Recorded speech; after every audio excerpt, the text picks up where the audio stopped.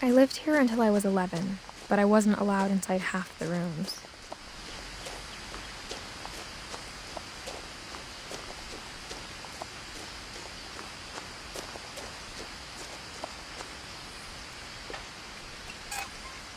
Inside the mailbox were bills from 7 years ago, marked urgent, open immediately.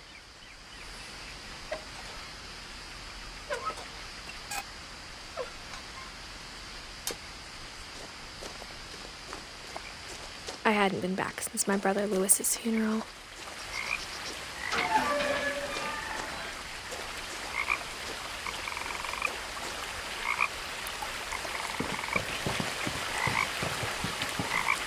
In her will, my mother left me a key, but didn't tell me what it unlocked.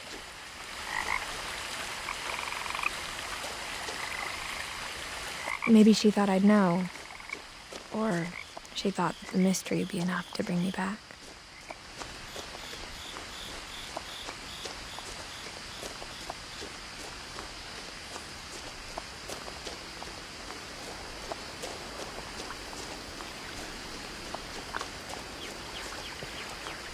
The truth is, even after I inherited the house, I never thought I'd come back to it.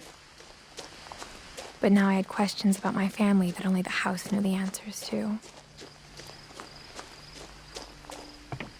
The woods around the house have always been uncomfortably silent, as if they're about to say something but never do.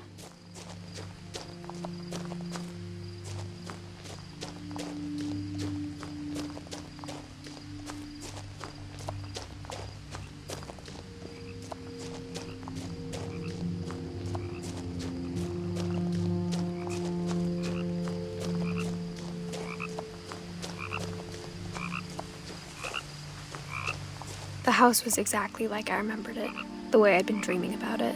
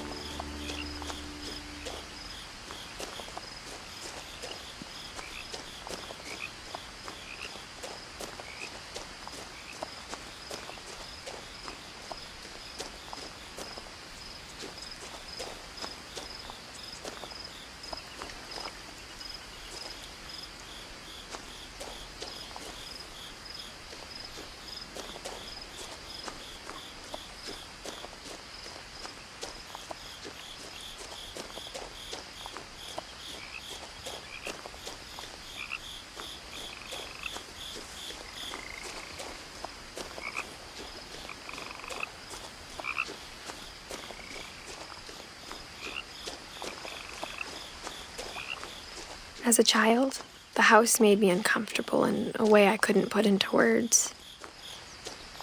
Now, as a 17-year-old, I knew exactly what those words were. I was afraid of the house.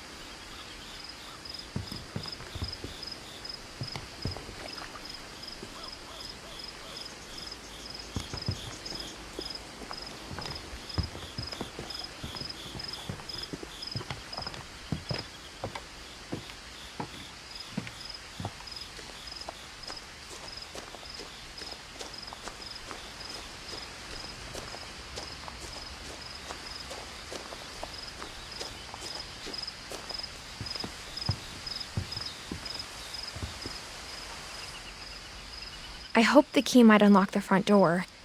It didn't.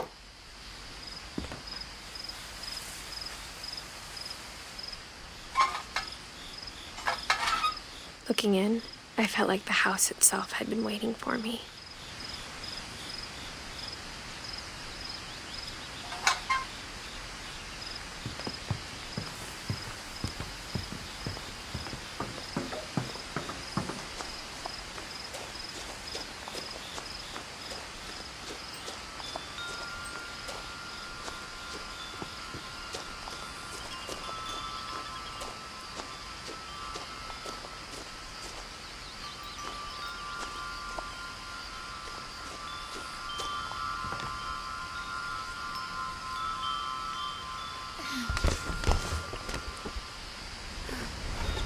Crawling through the doggy door used to be a lot easier when I was 11.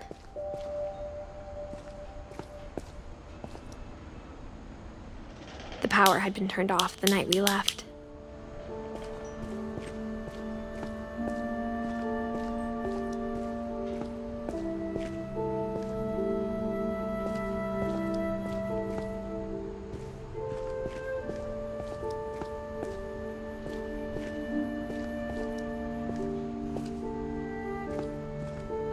For the first time in years, I felt like I was home. But instead of a family, there were just memories of one. Like how after Louis started working at the cannery, we all got sick of eating salmon, except our cat, Molly. Or how only one restaurant would deliver to our house, so we had Chinese a lot.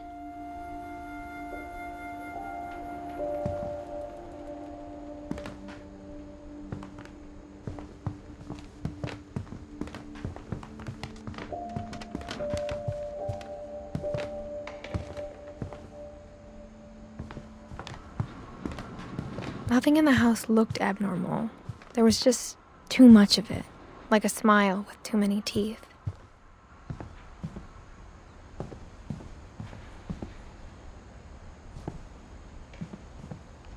A lot of things got left behind in the whirlwind of that last night.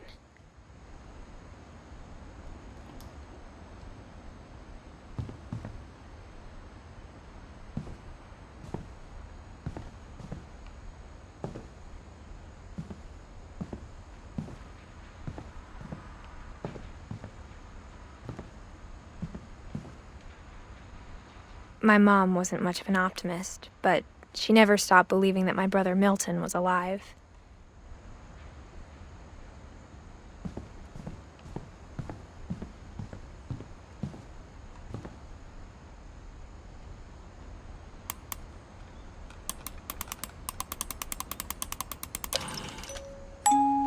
Great-Grandpa Sven built a music box for Barbara, along with the rest of the house.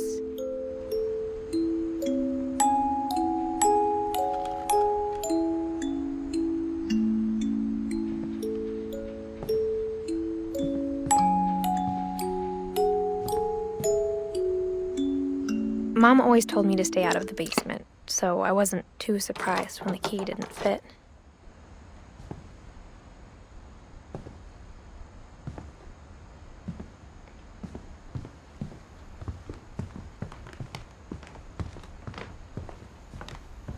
Even the fireplace had a story. Edie told me the bricks came from the original house, after it sank.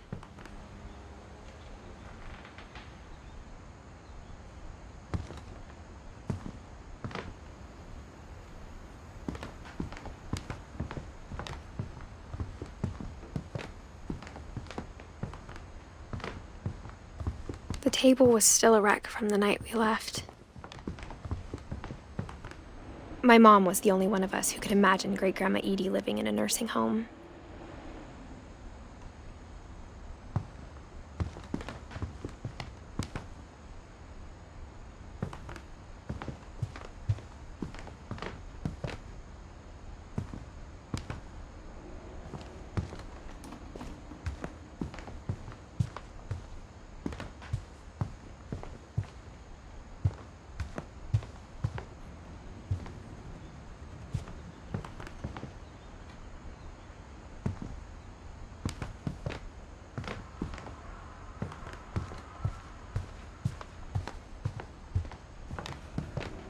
It was like a bomb had gone off, killing everyone but sparing the furniture.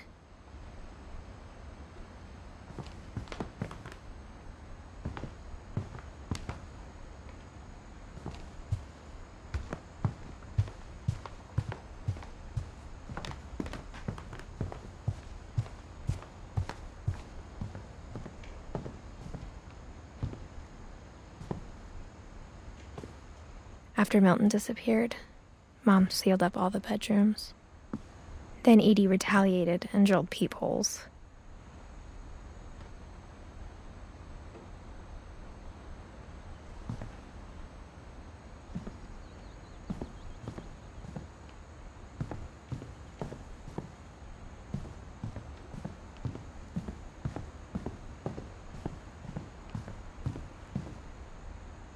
Whenever people ask me about my family, the first thing they always want to know about is Barbara.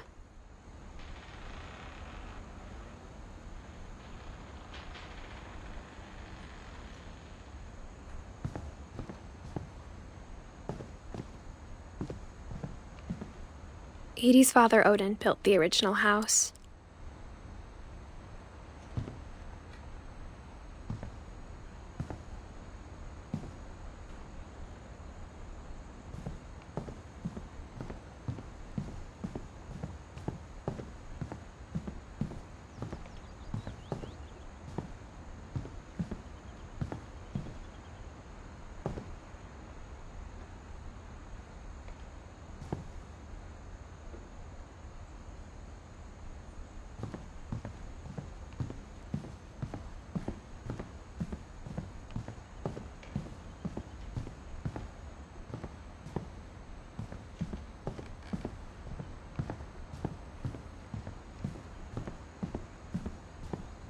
I spent a lot of time playing in Great Uncle Walter's room. I think my mom sometimes regretted not sealing it up.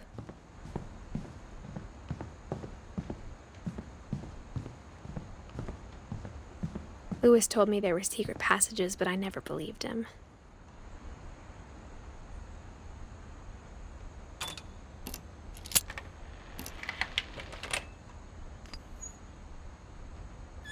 Turns out, my mom was really good at keeping secrets.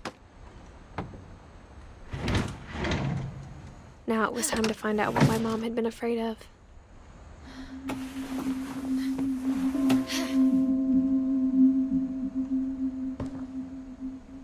Reading this, maybe it sounds like I had a plan. From the paintings on the wall, it was clear my brother Milton had been here before me.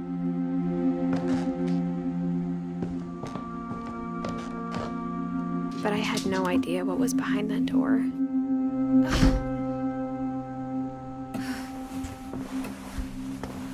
Just like I had no idea where all this was gonna lead. I grew up looking at Molly's room through the peephole. Molly's gerbil had a tiny bedroom with its own even tinier gerbil cage.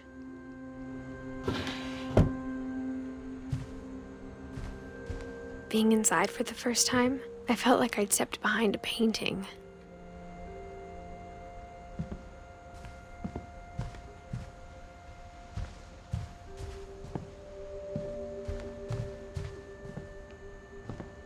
I got the sense Edie had spent a lot of time here, before my mom sealed the doors.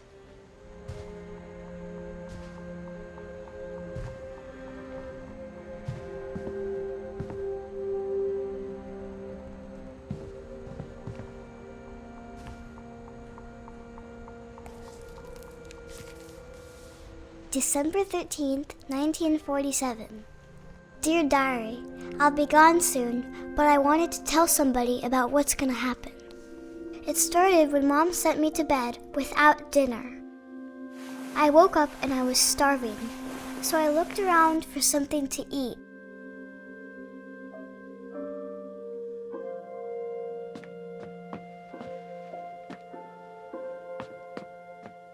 My Halloween candy was all gone.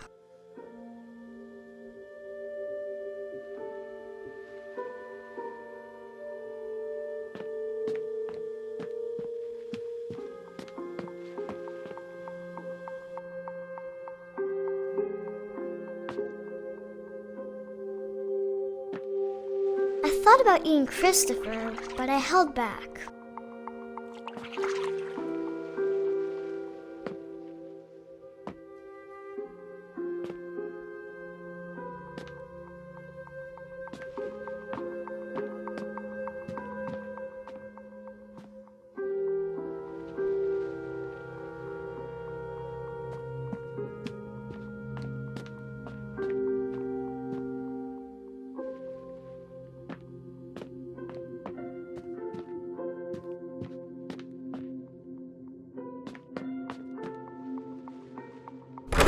Mom, can I come out now?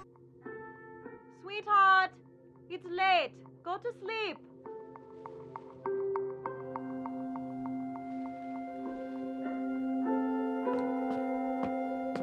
The gerbil food was dry, but I didn't mind it.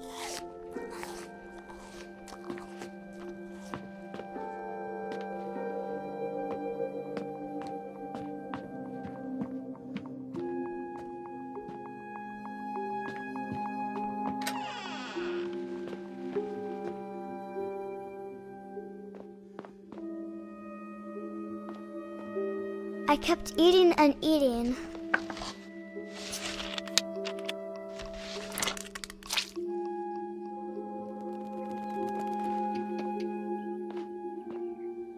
I ate a lot of things that night.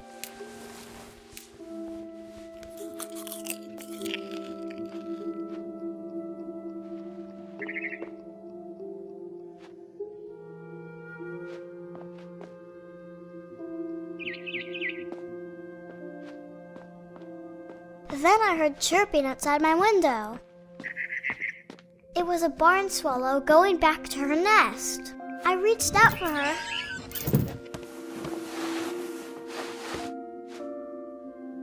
And suddenly, I was a cat.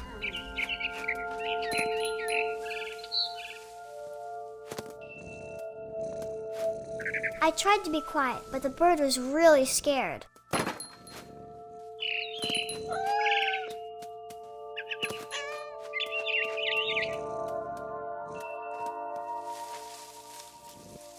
Mom and Dad didn't even look at me.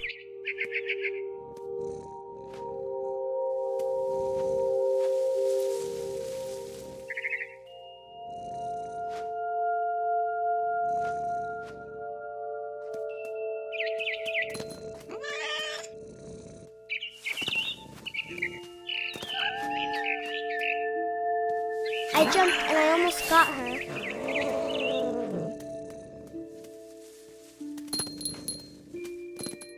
I could tell she was getting really tired. Now I was up in the big tree. I promised Dad I wouldn't climb it anymore. All I cared about was eating that mama bird.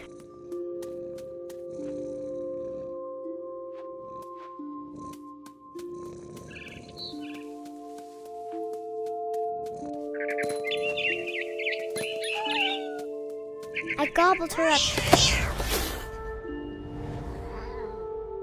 And suddenly, I was an owl. First, all I heard was the wind. Then I heard little teeth nibbling in the grass.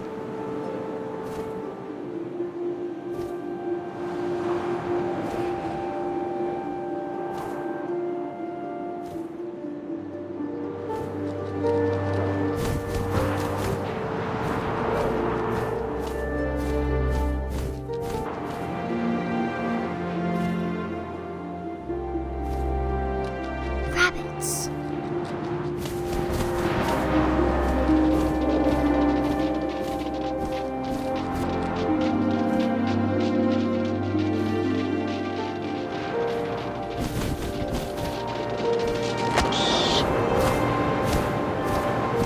I imagined his face looking up and seeing mine through my talons. I swallowed him up, and I didn't chew one bit. Then I flew off to find something bigger.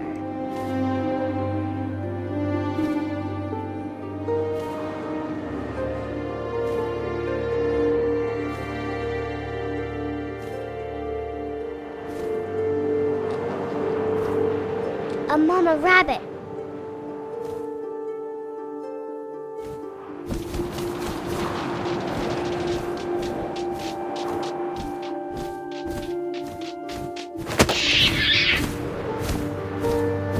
She was almost too big to carry. I started choking, but I couldn't stop eating. And suddenly, I was a shark.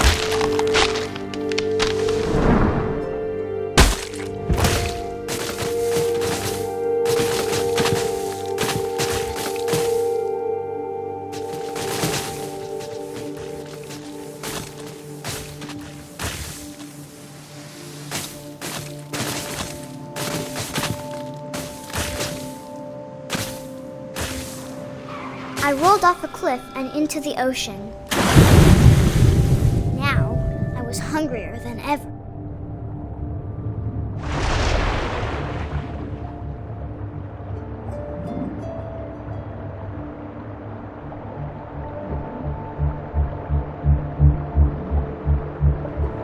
I wanted fat, juicy seals.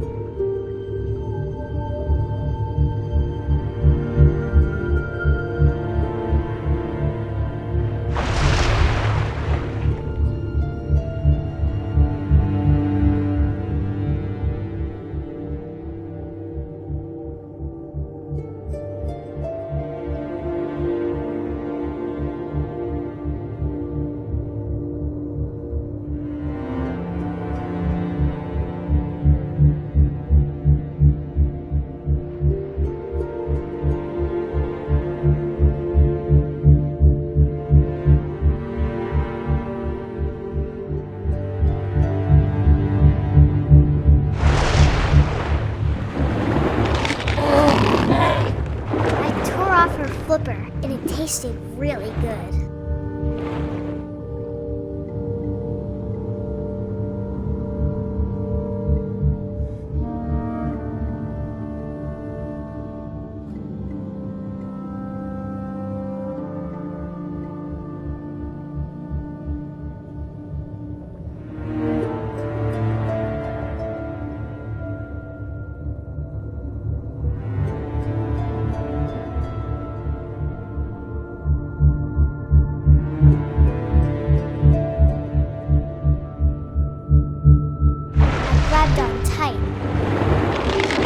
So hungry, I jumped out of the water.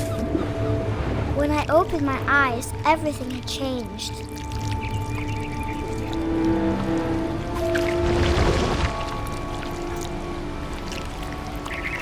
Now I was a monster, and I smelled people everywhere.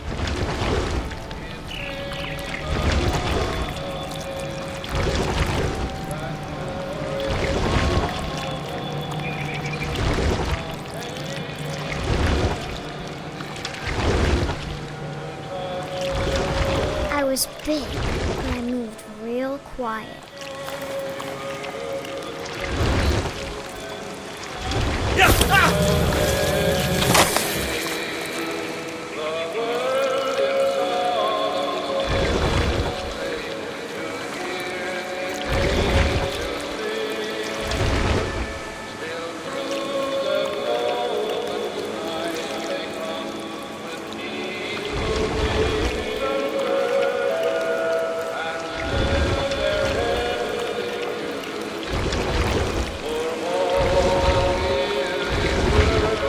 I wanted to stop, but also I didn't.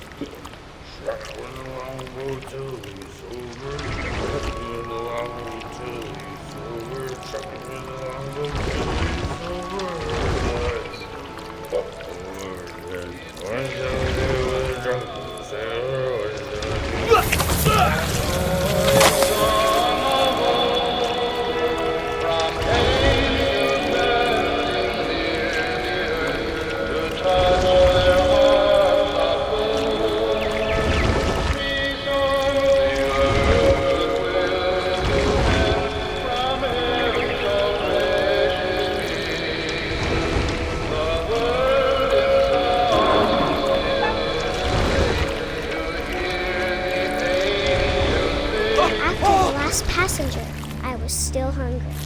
And across the water, I smelled something new. Something I had to have, so I swam towards it.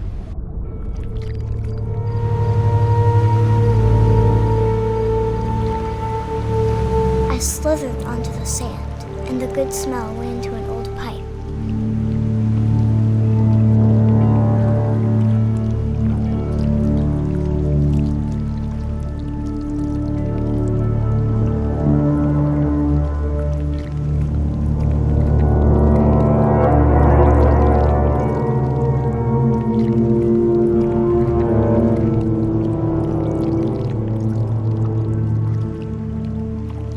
I got closer and closer.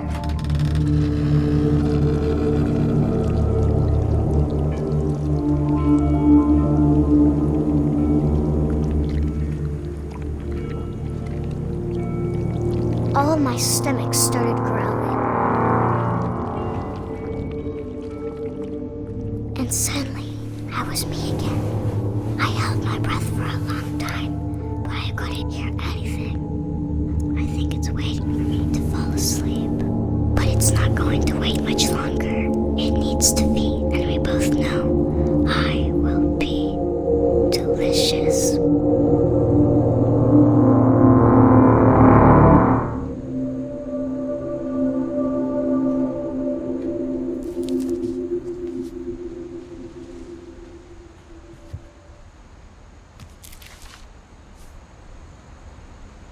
I'm not sure if I believed all of that, but I'm sure Edie would have.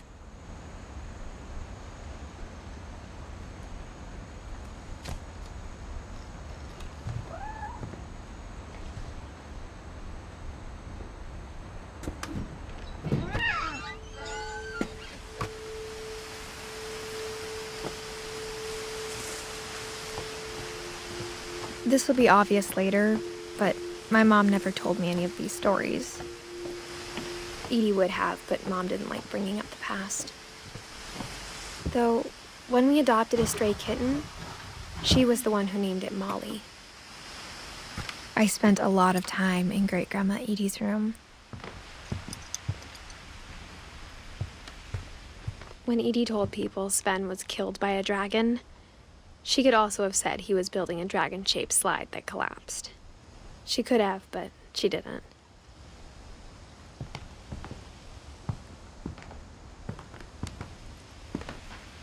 One summer, they evacuated the island, but Edie refused to go. For a few weeks, she was a celebrity.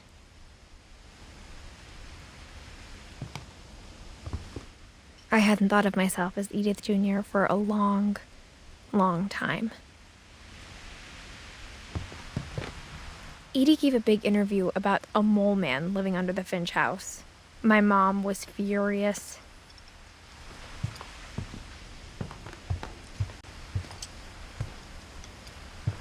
Louis died a week before we left, but Edie had already started to memorialize him.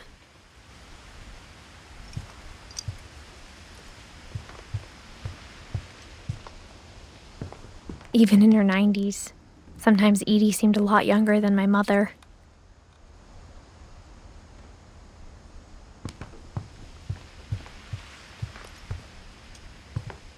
Her room was like a museum. For 500 years, the Finches have been famous throughout Norway for their fortune and misfortune.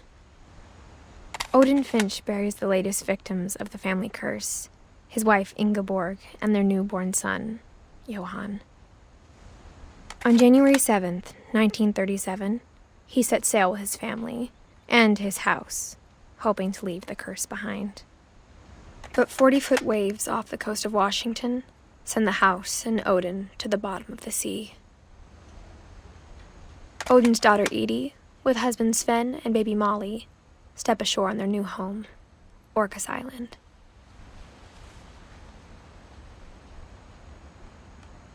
Odin Finch is the first to be buried in the new family cemetery. His daughter Edie is already dreaming of a new Finch house.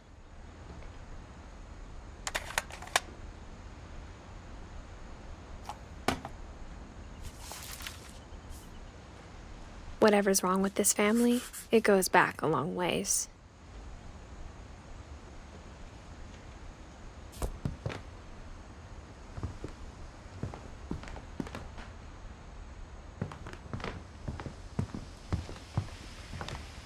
Edie knit me a new pair of gloves every year, just in time to replace the old ones.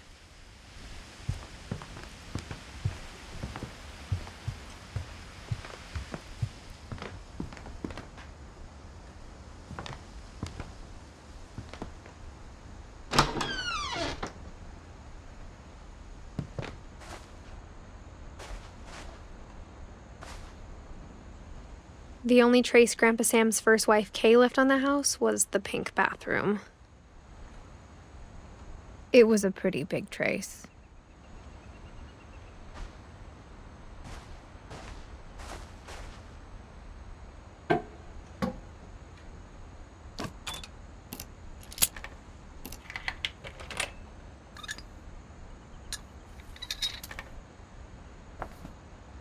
There's a secret in this bathroom. It's in the last place you would look.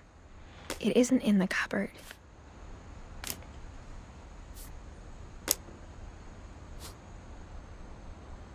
It's hidden in this book.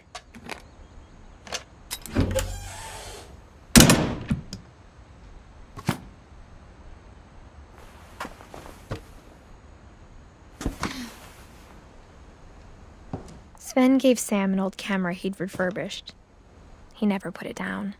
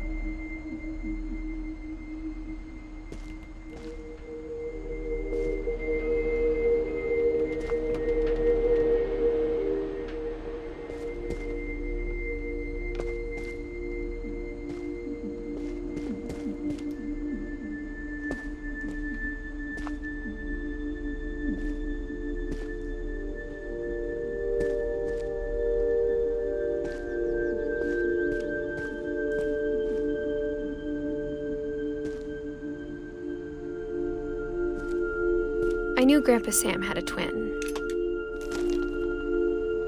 and that he never talked about him.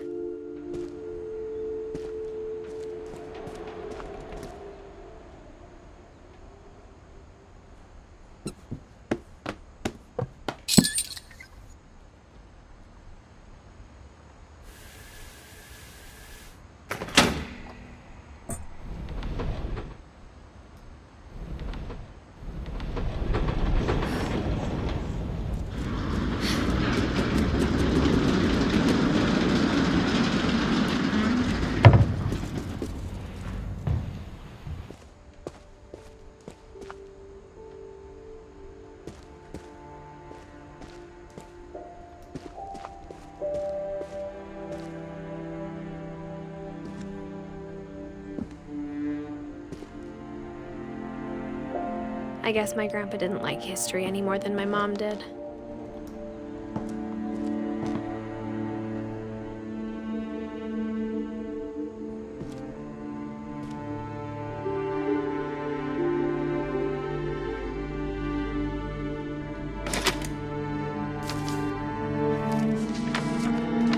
How I Want to Remember My Brother by Sam Finch. The thing I remember is that when he made up his mind, that was it.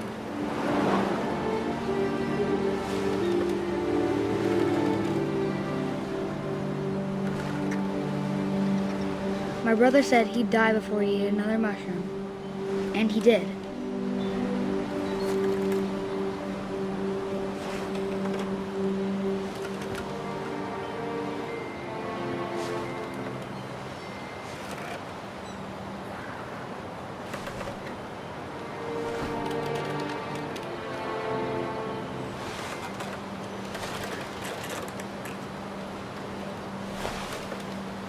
At Barbara's funeral, we swore we'd never be afraid again.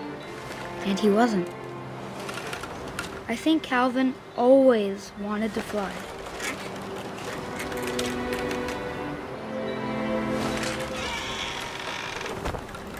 Sam! Calvin! Dinner's ready! Coming! But that day, he finally made up his mind to do it. I told him going around was impossible. Maybe if I hadn't said that,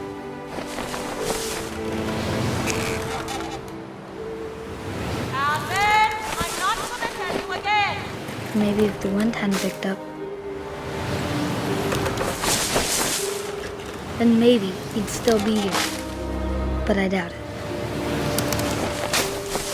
I think he'd already made up his mind.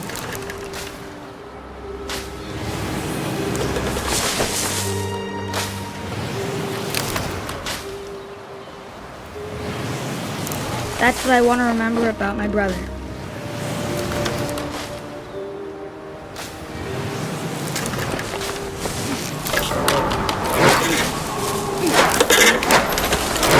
The day he made up his mind to fly. And he did.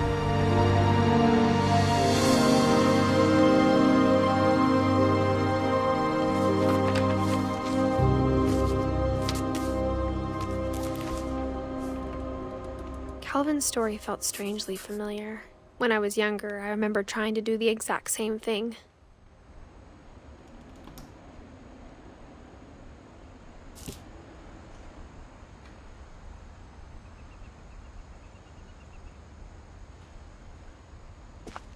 After the funeral, Edie roped off Calvin's half of the room.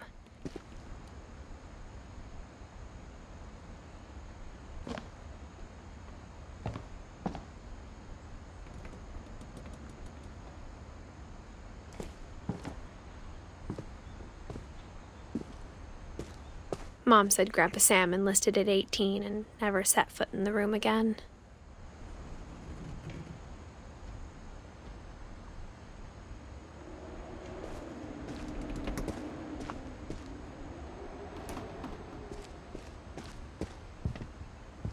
The passages were a pretty tight fit. They'd obviously been built for smaller hands and bellies.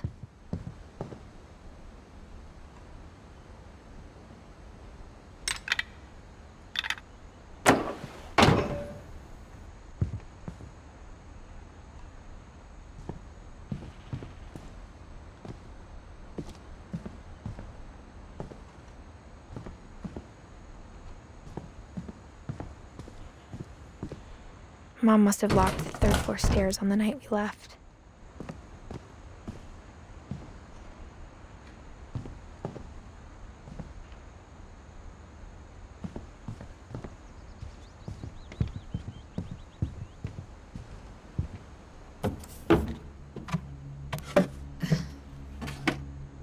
Growing up, I always thought of Barbara as a child star.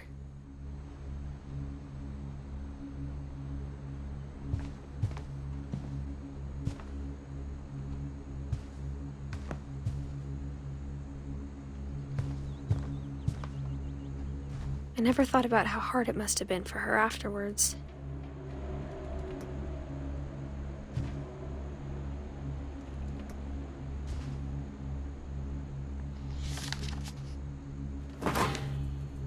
Of all the stories people wrote about Barbara's death, I'm surprised Edie saved this one.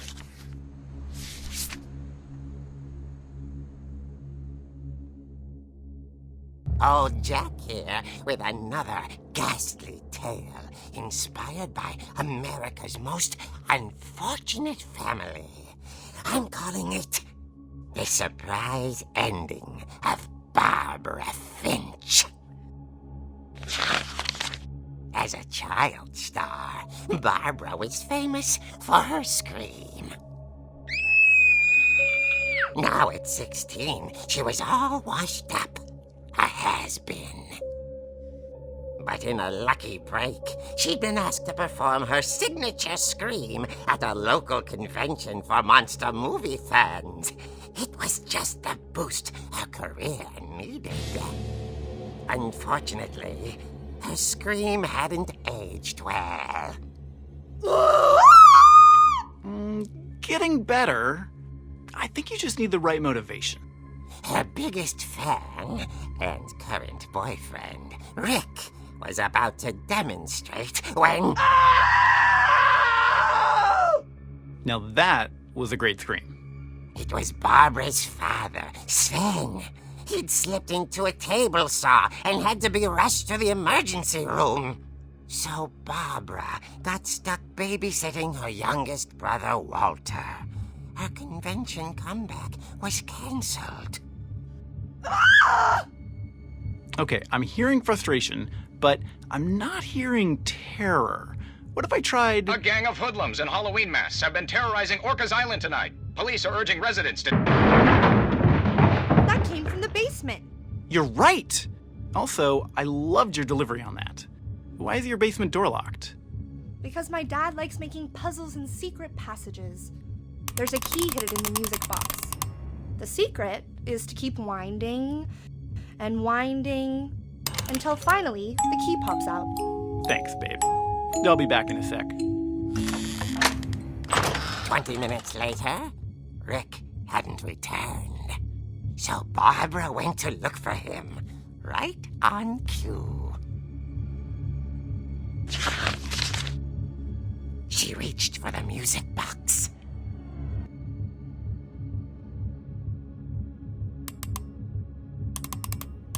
And as she wound the key, she listened for Rick, but the house was silent.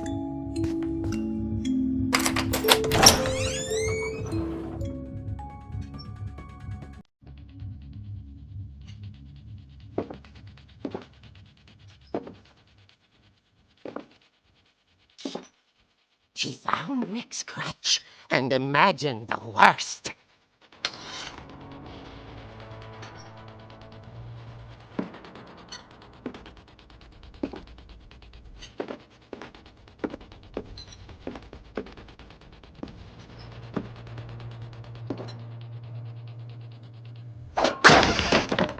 The gang's leader is the infamous Hookman killer, Dr. Carl Hamill, who impaled and then ate his family 10 years ago tonight.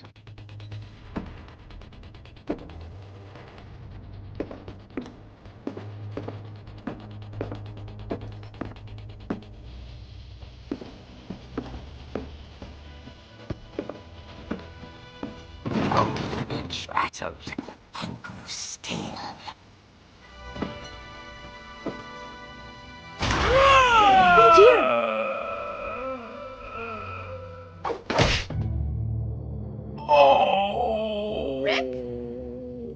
Barb, relax. I was just trying to scare you to help you find your scream. Well, I'm not scared, Rick.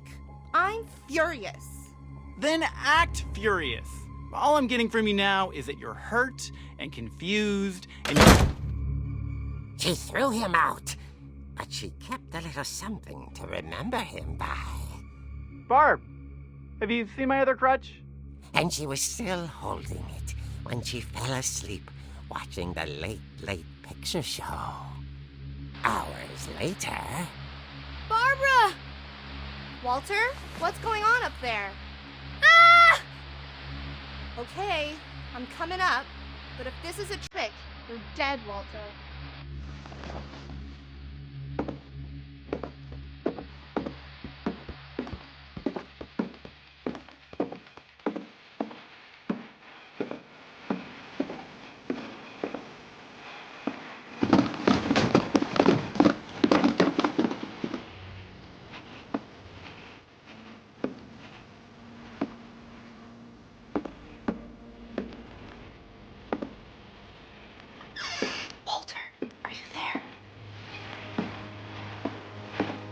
Walter had vanished, but his bedside radio was still on.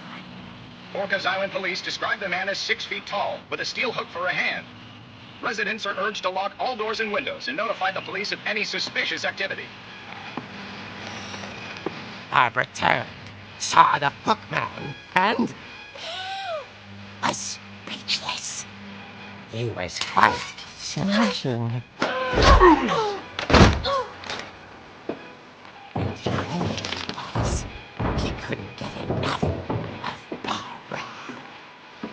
Barbara. There's gotta be another way out of here. That night, she played her part beautifully.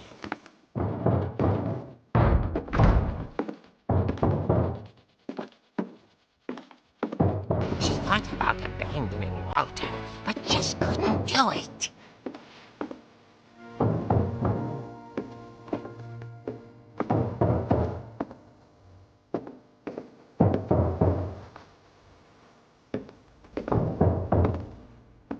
Molly's door hadn't been opened in years. The hinges groaned.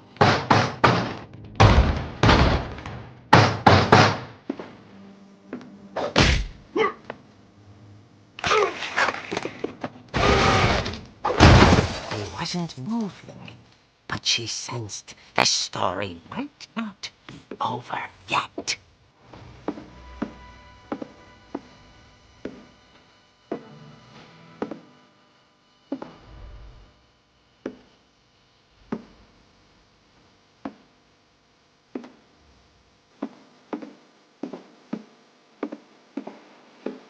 The hookman had vanished.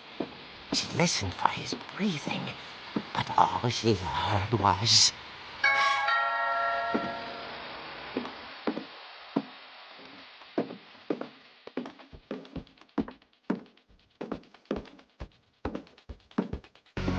At the door, she heard whispering. It was coming from inside the house.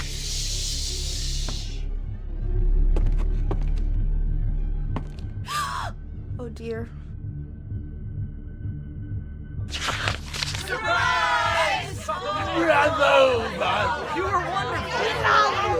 The monsters had come to surprise her. For Barbara, it was a dream come true. Then she saw what kind of monsters they were, and she realized what was about to happen.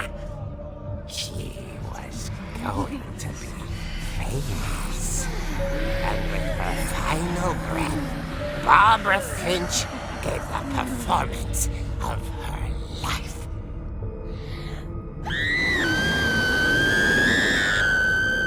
I wasn't there myself, but I hear Barbara was magnificent. Poor girl. She had a taste for stardom. But unfortunately, so did her fans. Of course, the police blamed it all on poor Rick, who disappeared the same night. And little Walter? Hiding under his bed the whole time. He took it all pretty hard, but that's another story. As for Barbara, tucked inside the music box was all they ever found of her. Her ear. Now that's what I call a real eerie tale.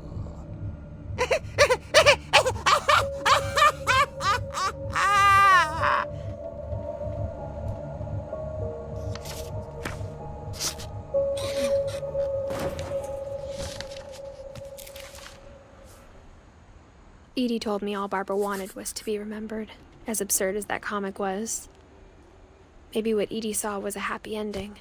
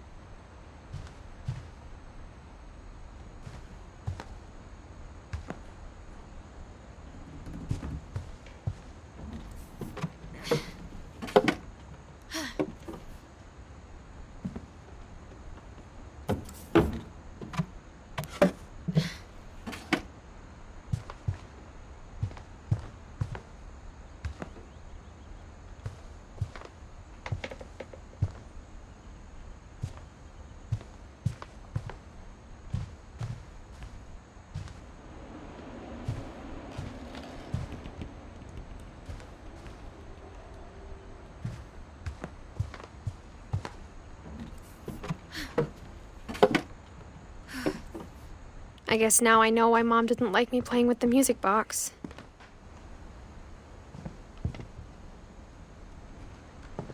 It's funny. All those times I played with the music box and never found the basement key.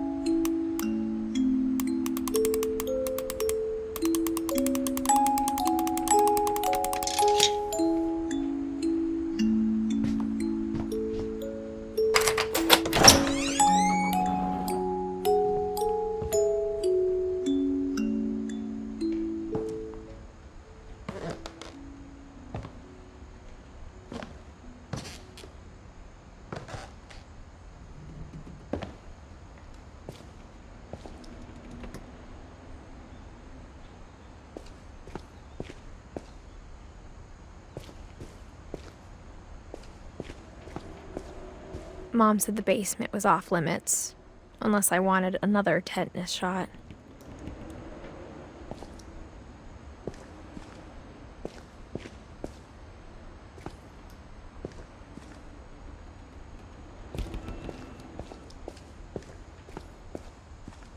I saw Edie sneak down to the basement once, carrying packages.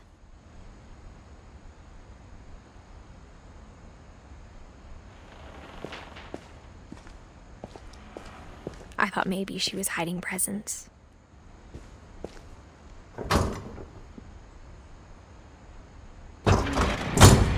It turned out she was hiding a lot more than that.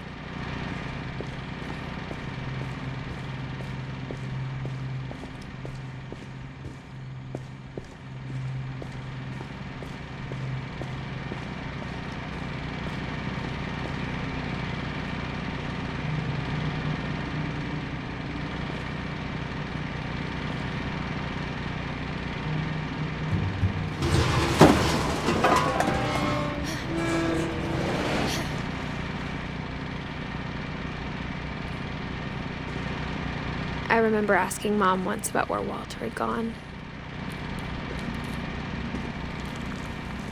She said after Barbara died, he got as far away as he could.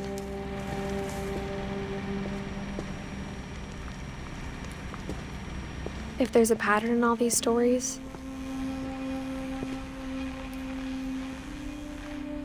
I think it's that none of us has gotten very far.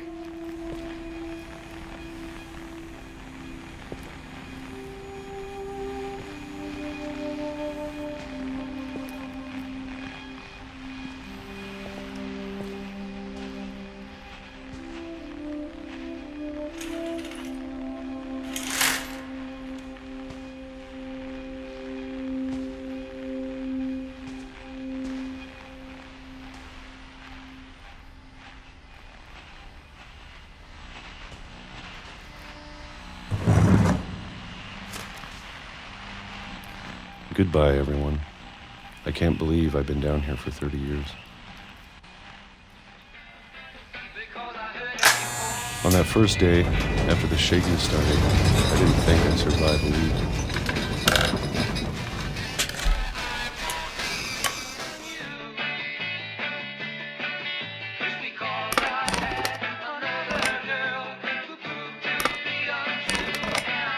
But after a few days, I settled into a routine. That's what kept me sane. Having a schedule, living for today. I always expected to be dead tomorrow. But if you wait long enough, you get used to anything.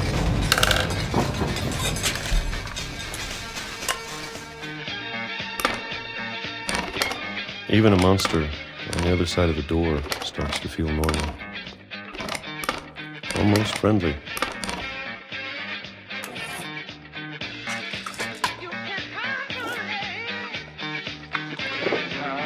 And then one day, everything just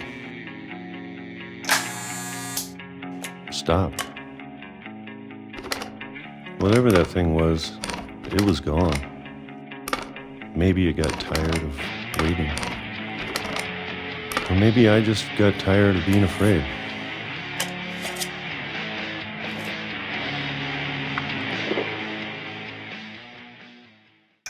It's been a week now, the longest in 30 years. I'm done waiting. I have to leave while I still can.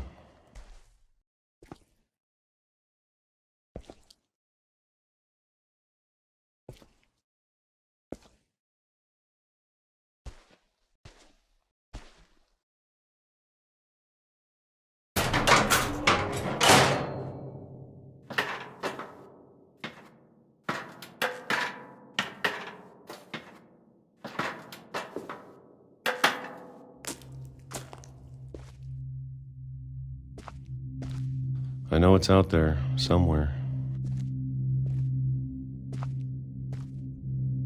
Whatever killed Barbara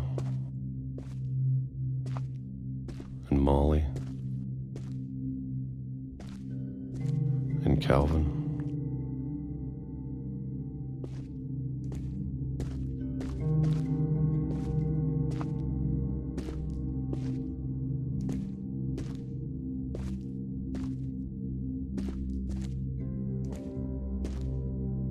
Maybe this is all a mistake.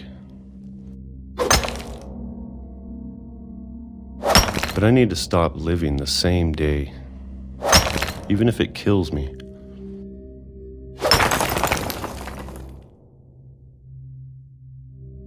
Whatever's out there, I want you to know I'm ready for it.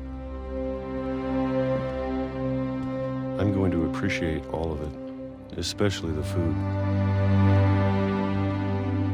I don't mind if I only have a year left, or a month, or a single week. I'd be happy with one new day. I can already imagine the sun on my face.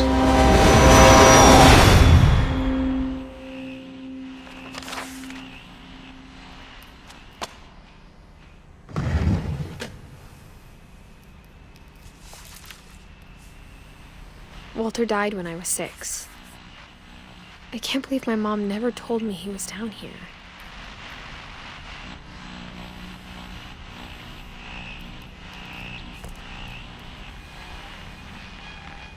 I'm sure my mom was trying to protect me.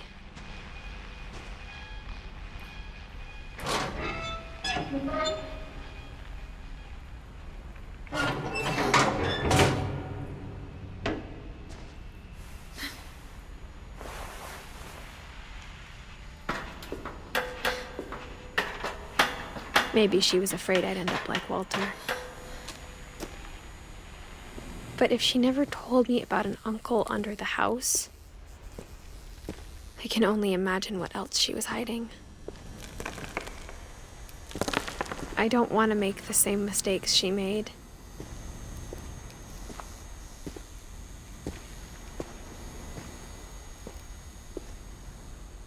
Trying to bury something that's still alive. Now that there's only one of us left, or maybe 2, I thought it was time I heard the stories for myself and found out what happened to everyone else. But now I'm worried the stories themselves might be the problem. Maybe we believed so much in a family curse, we made it real.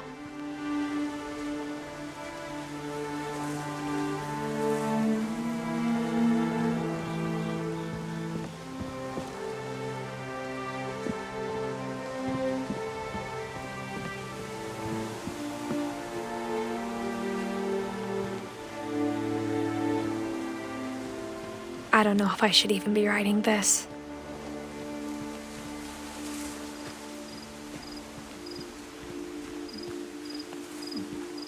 Maybe it'd be better if all this just died with me.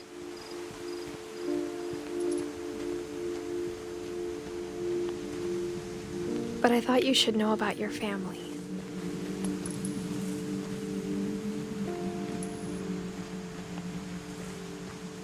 And the history you're a part of.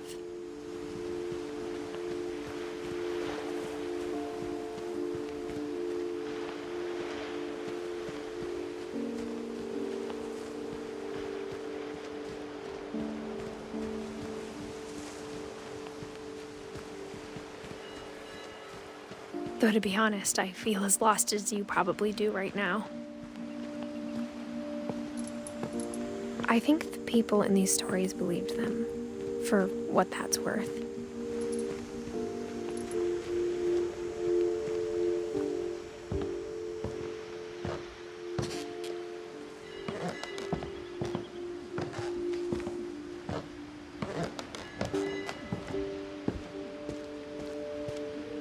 And when you look at the house, that history of imagination and stubbornness and madness, any of it seems possible.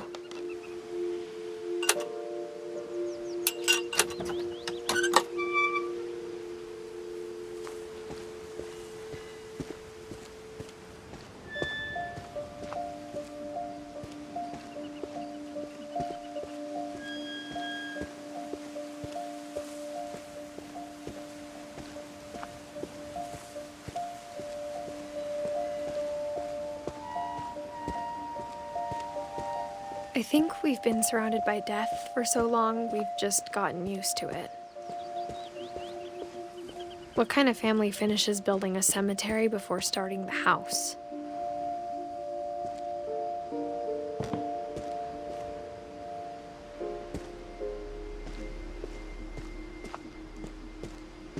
It's embarrassing for me to admit this, but the pet cemetery made me more uncomfortable than the human one.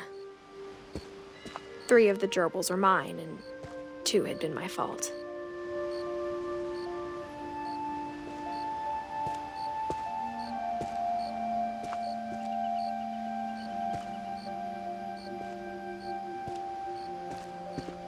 Sven built the house, but it was Edie who designed the cemetery.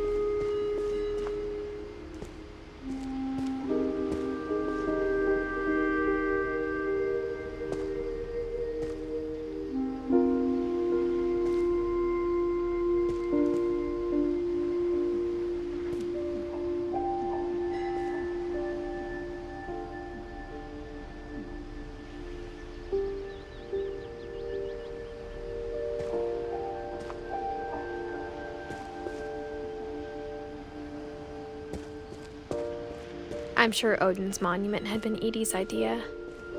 My mom was always trying to move on, but for Edie, the past never went away.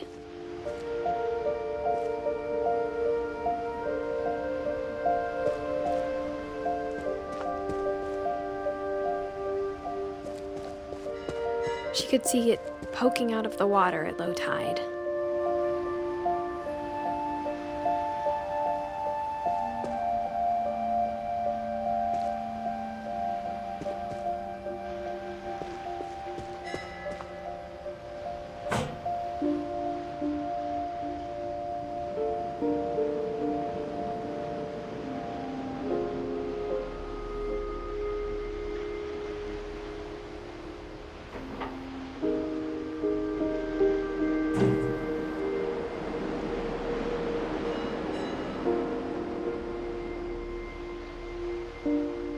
Edie said she dreamed about the old house every night.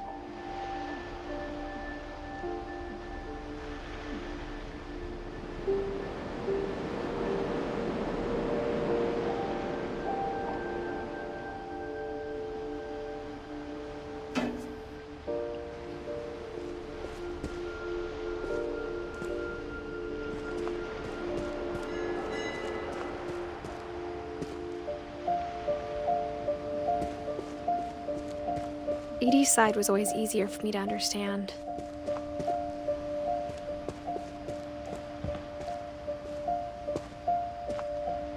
But the older I get, the more I can see where my mom was coming from.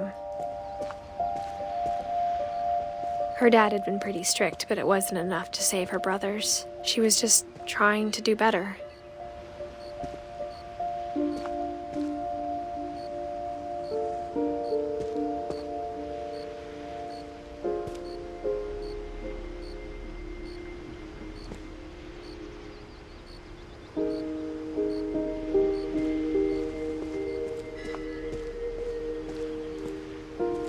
She lost 2 of her brothers, just like I did.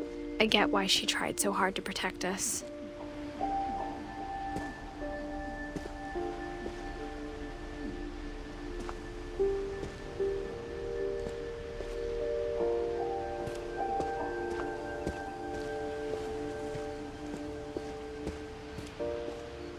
There's so many things I wish I could ask my mom now. Part of me thinks this is what she wanted all along. For me to come back someday and find everything out for myself.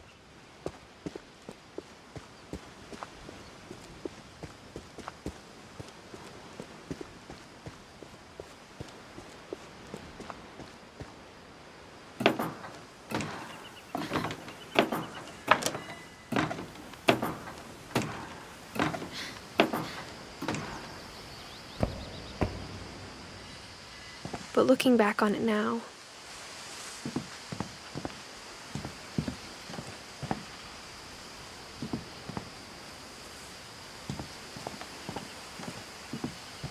if she told me there was going to be so much climbing, I never would have come when I was 22 weeks pregnant.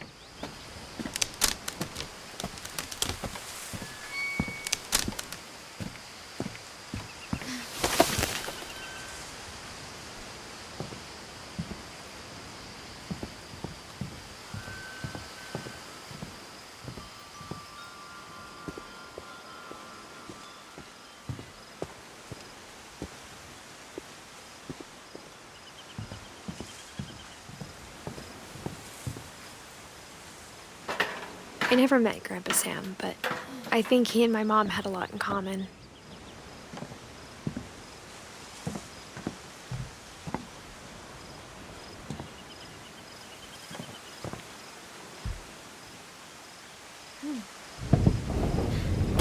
They were both pretty intense.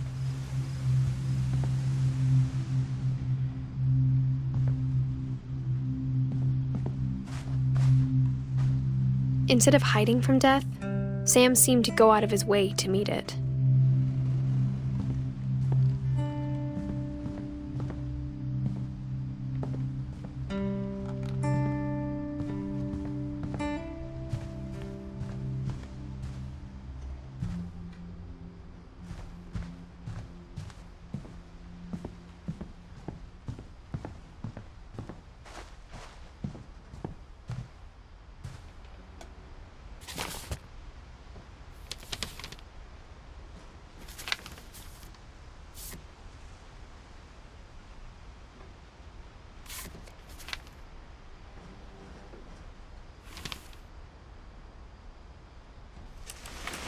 Dawn, I promise, you'll never forget this weekend. Yes, sir. These memories are gonna last a lifetime. Am I gonna have to shoot anything? It's a hunting trip, Dawn. Shooting is strongly encouraged. Shouldn't we be leaving? Just want to get a shot of you, Dawn, then we can take off. Not quite.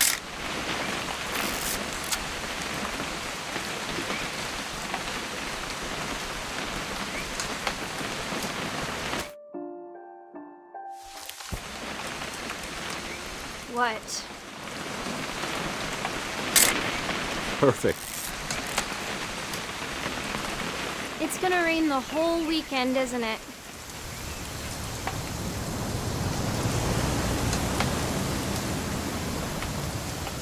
Please just take the damn picture. Hey, language.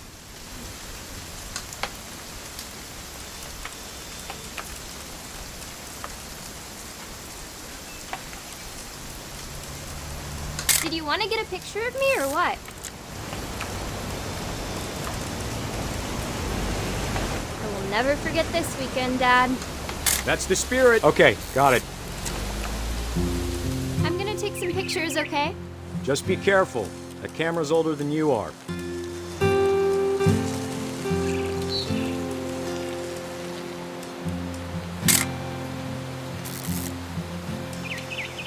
You're right, Dad. It's starting to clear up.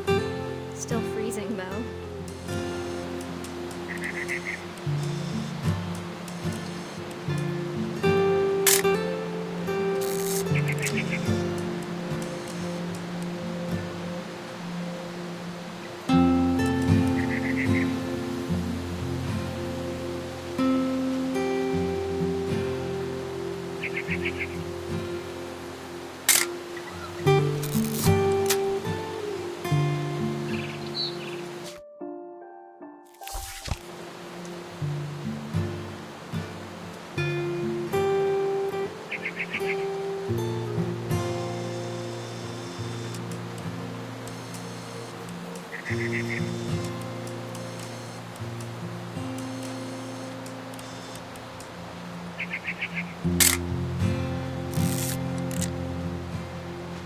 Definitely should not have drunk all that coffee.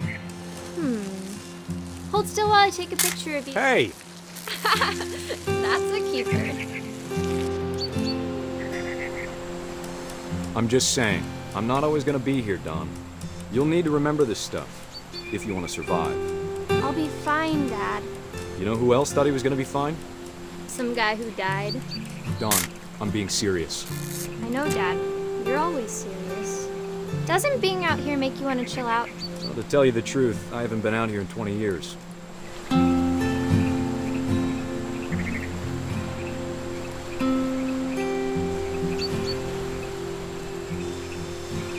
Last time I was with my brother Calvin. Man, that was a great trip. Your grandpa Sven taught us how to fish, how to build a fire. We found an old logging trail. There were deer everywhere. I bet if I could remember where that trail was, we'd... Don, don't you think you could find something more interesting to photograph? Give me a minute to check the map.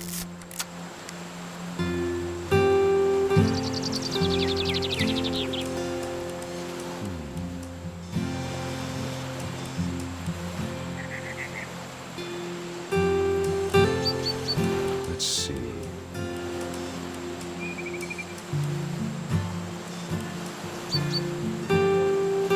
Maybe.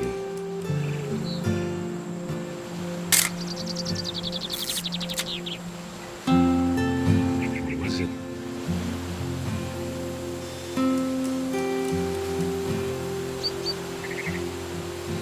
Could have been. Dad! Good eyes, Don. Before you take the shot, let me get a picture of you.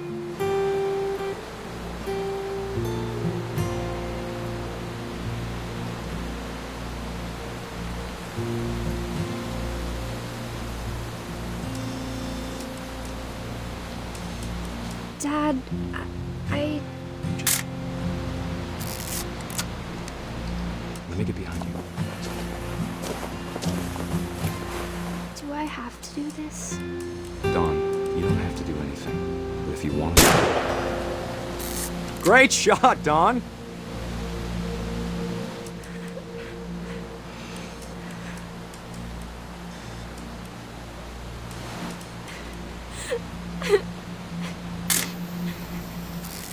I'm proud of you, Don. Always remember that, okay?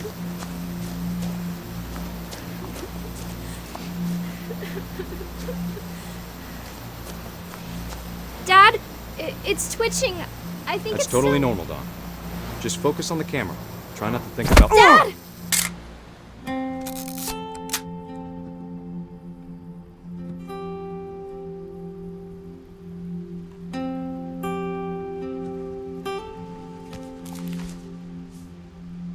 Of all these stories, that's the one I wish most that my mom had told me.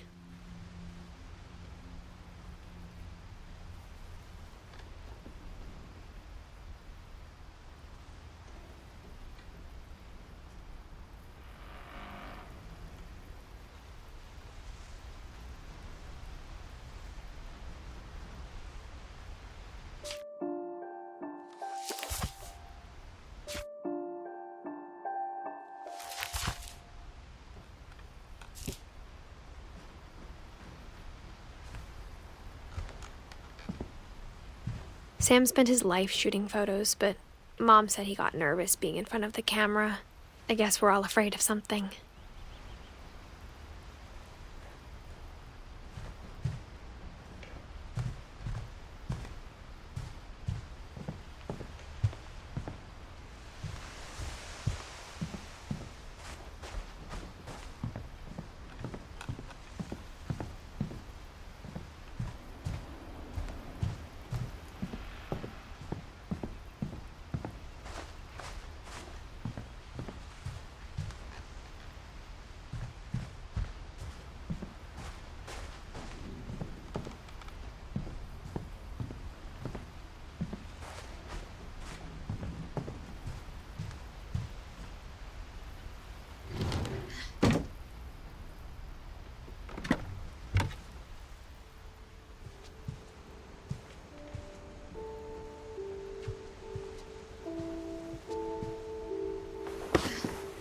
After Sam died, my mom and Edie got really close. They'd both lost a lot.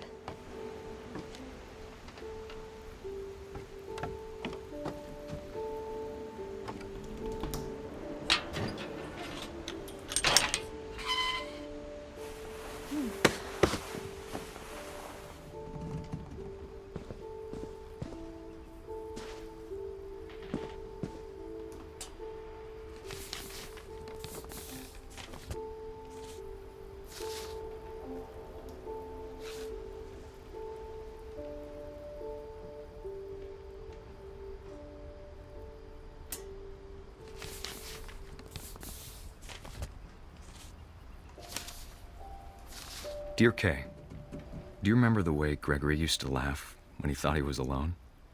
Like something funny was happening, but only he could see it.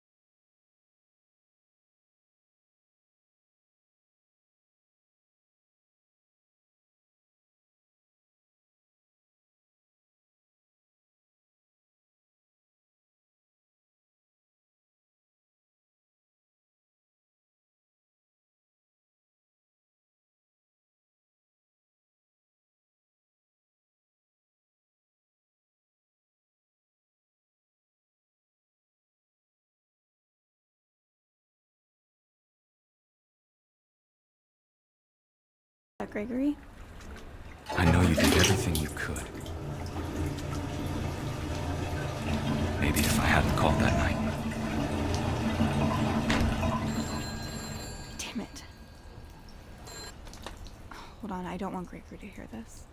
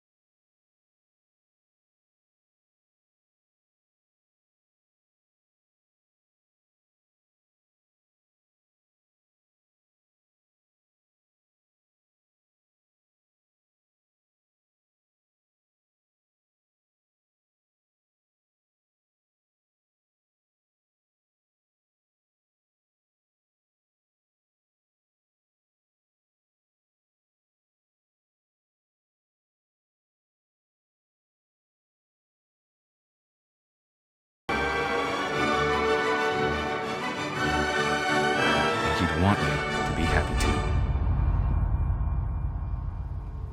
Good luck, Kay. Love, Sam.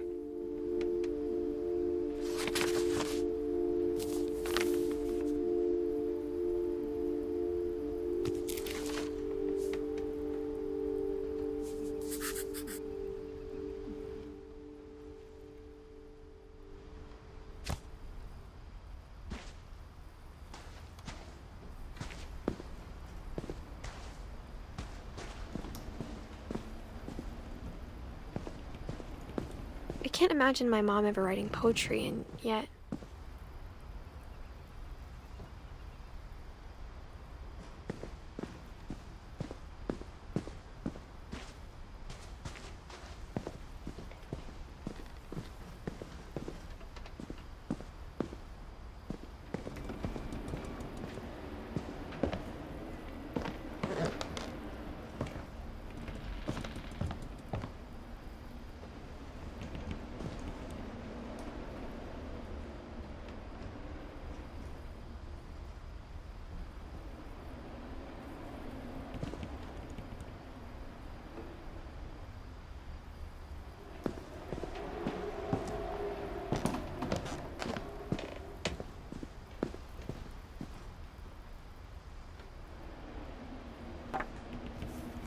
A poem for Gus, who always said the wedding was a bad idea. Our father never hit us kids, at least not very hard, before the day my brother said with teenage disregard that he'd be dead before he'd see a wedding in our yard.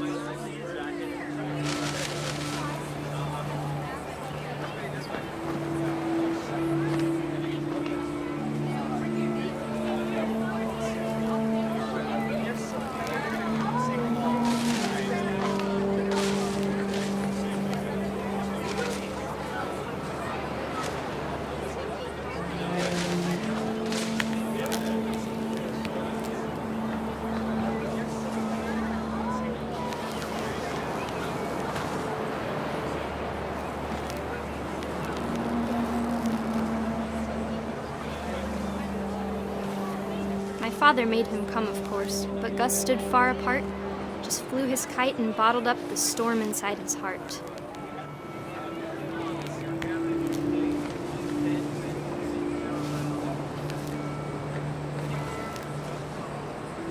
I tried to talk him out of it, but though he'd never met her, "We don't need a stepmom," were the words that I now pronounce you husband and wife.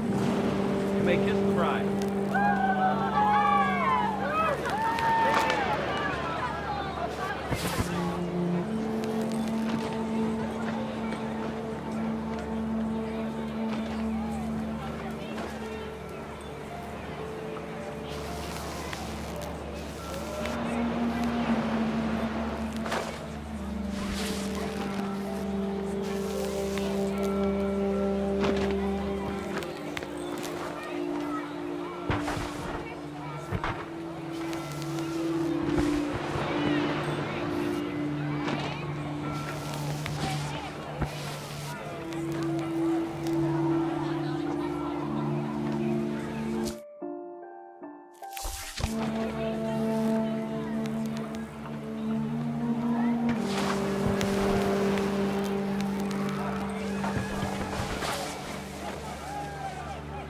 When the time for photos came, Dad ordered him to Come here. But Gus declined, and as a sign held up his middle finger.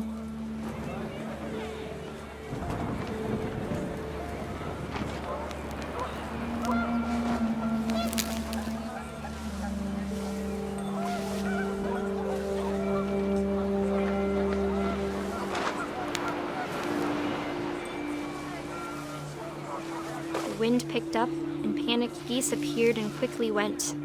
But all the humans did that day was go inside the tent.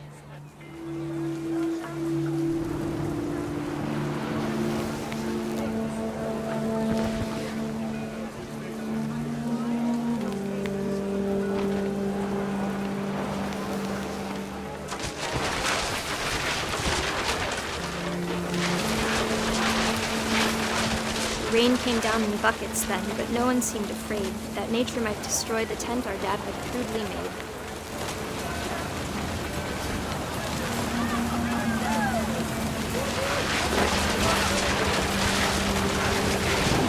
The thunder sounded much too close and full of angry power.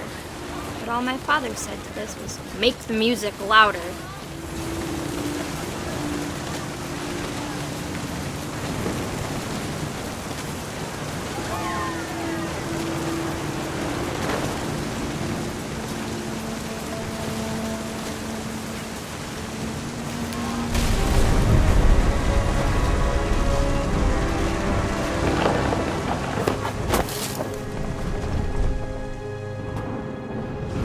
I wish that I could truly say I thought about you on that day. Out there on the beach alone, just you, the wind, the sea, and foam. But I didn't, until we found you.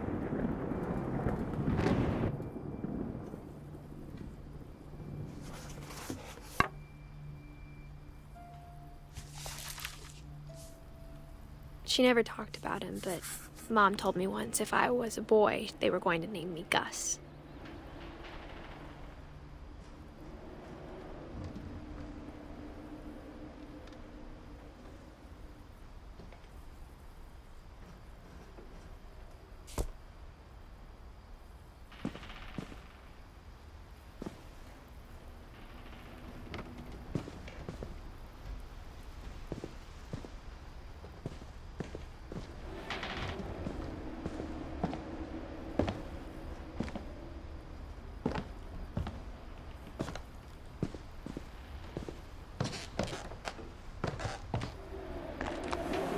My mom moved up to the loft after her brothers died. At the time, it was as far away as she could get.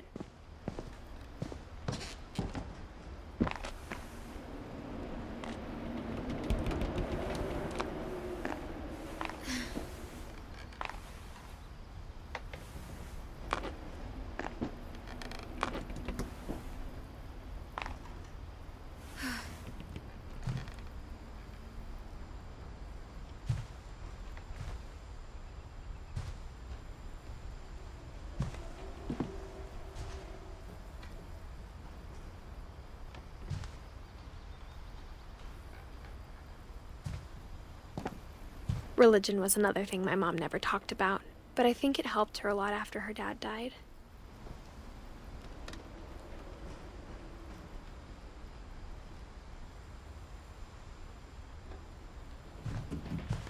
She spent a summer building houses in Calcutta, where she met my dad, Sanjay.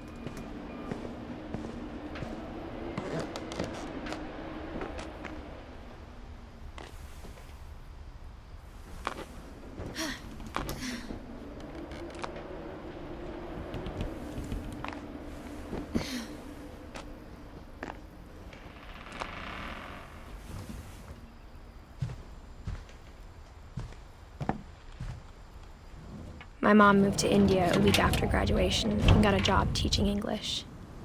Louis was born a year later.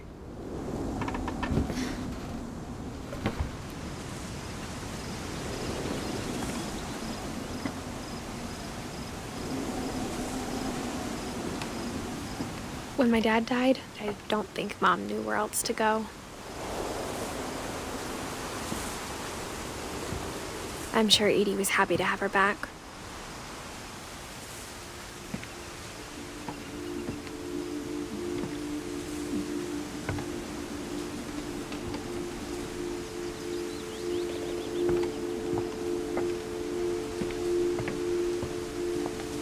The house had to get a little bigger, but Edie was used to that.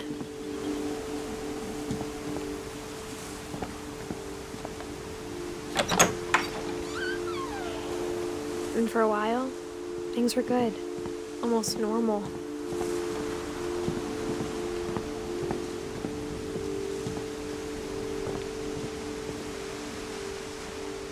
But it didn't last.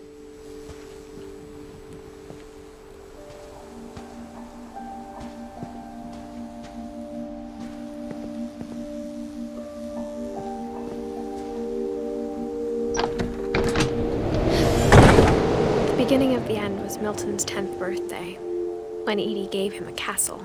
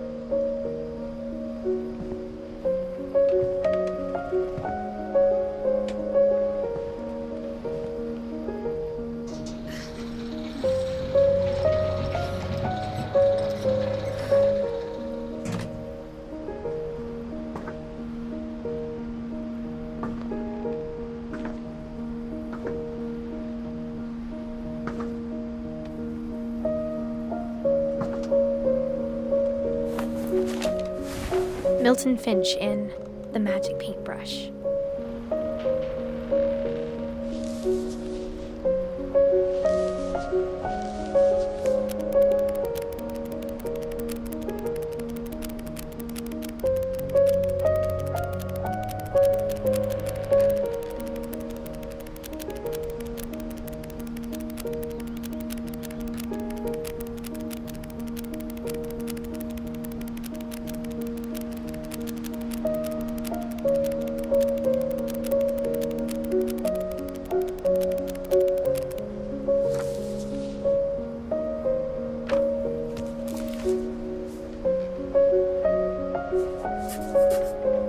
I was 4 when Milton disappeared.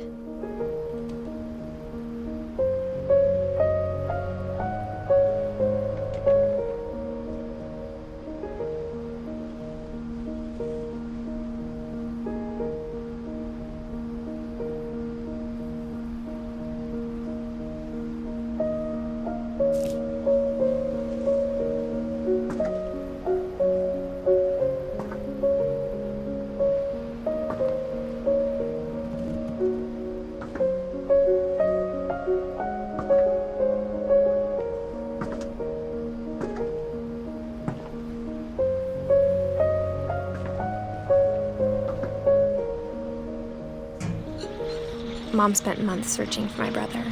Then she sealed the doors.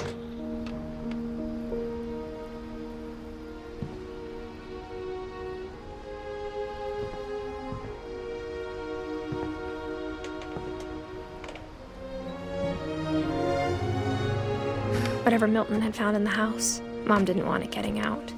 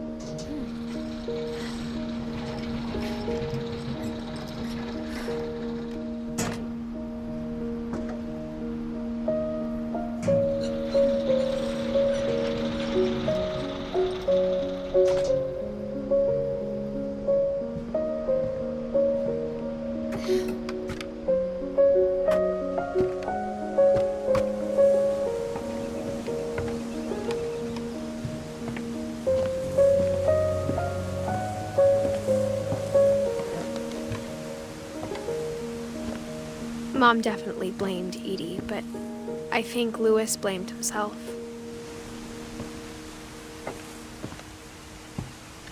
After he graduated, he just spent more and more time in his room, until Mom got him a job at the cannery.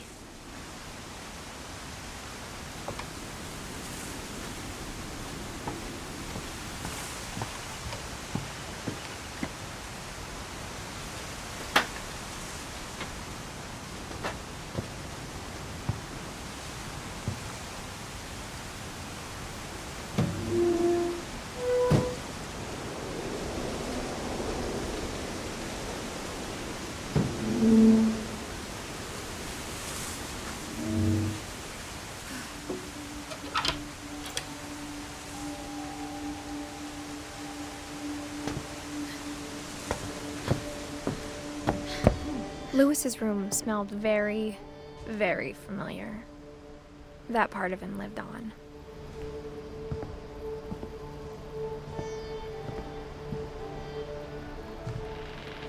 Louis and I spent a lot of time playing games together, but he was surprisingly bad at them.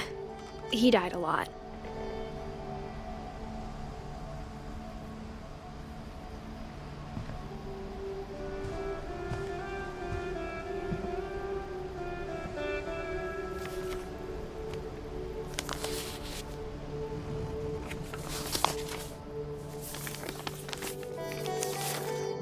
Dear Mrs. Finch, as Louis's psychiatrist, I can understand your desire for an explanation.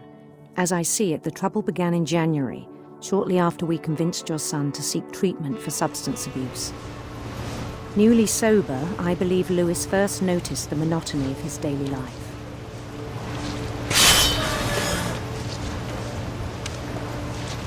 He kept working at the cannery, but he withdrew part of himself.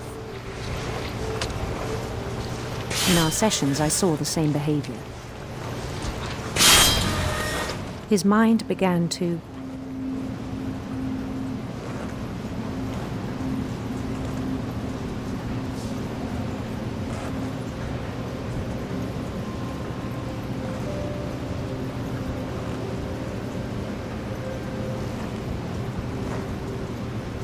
wander.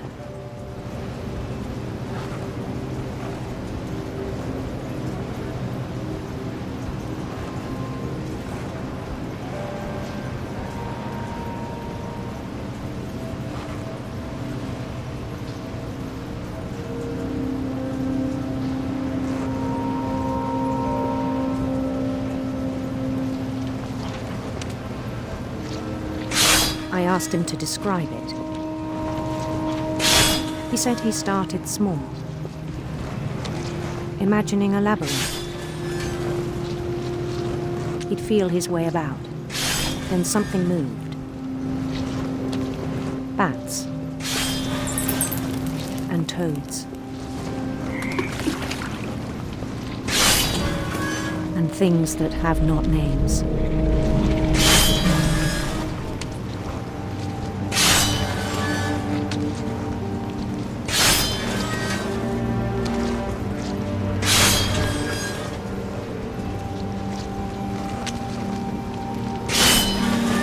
He knew it was all in his head.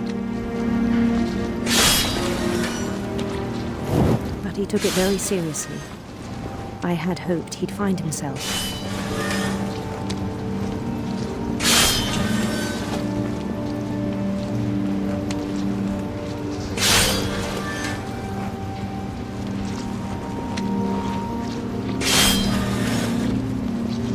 But he found something more. I worried about him then.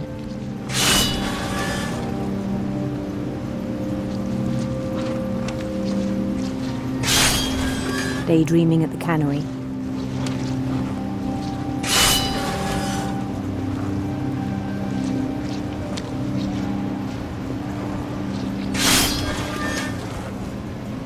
I spoke with his boss. But he said Louis had become a model employee. Methodical, tireless, focused.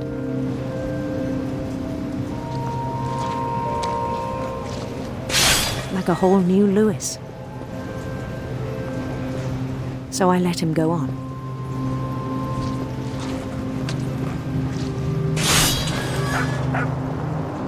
I even encouraged him. It seemed very promising at first. He told me he'd made a new friend.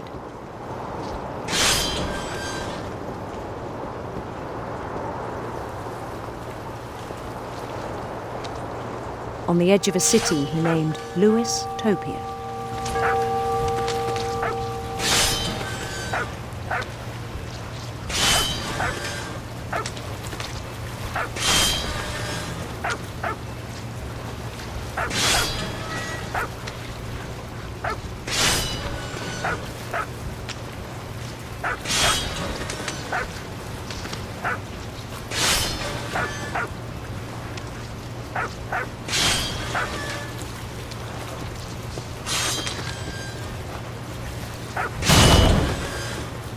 He built the city up slowly, brick by brick.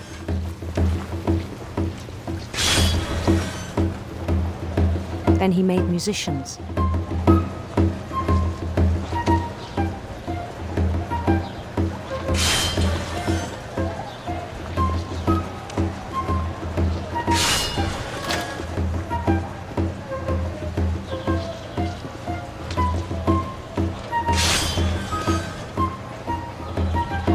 And songs for them to play.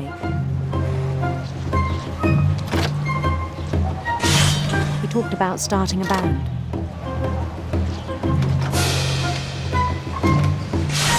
And he was always humming something. Every day his imagination grew stronger.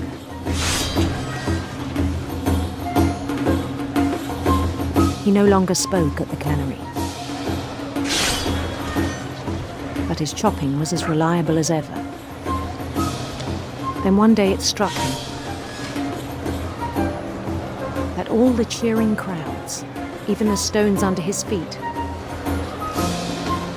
were all in his imagination, so he could do whatever he wished.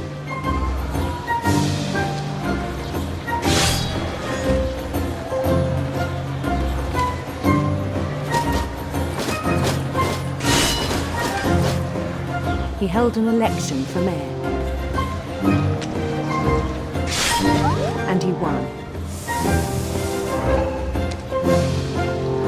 They begged him to stay, but his mind was already wandering. It became a game for him.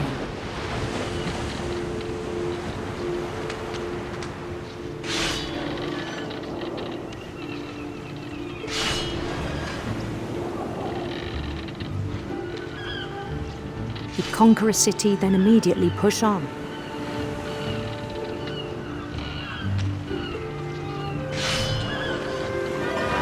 New Louisville.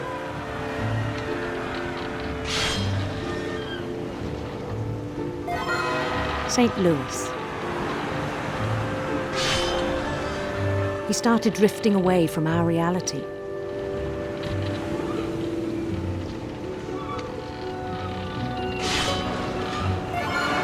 Minneapolis, until one day he forgot to go home from the cannery. Even as his mother pleaded with him, part of Louis kept sailing on.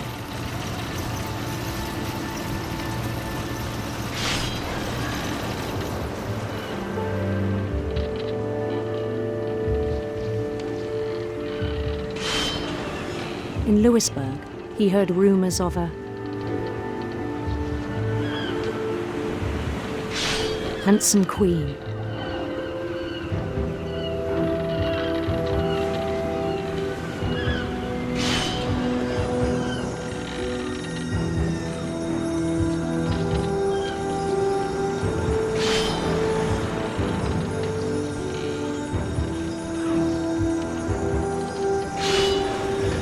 The queen was on her own quest for radiant rainbows.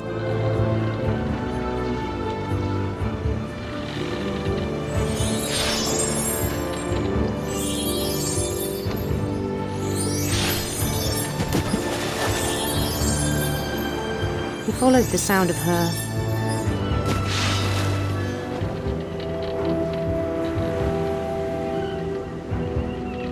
silver harp.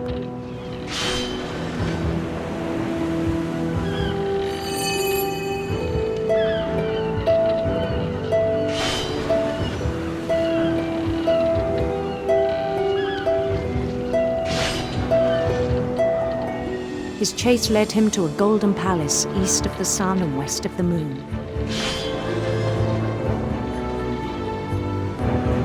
Even then, his logic remained sound.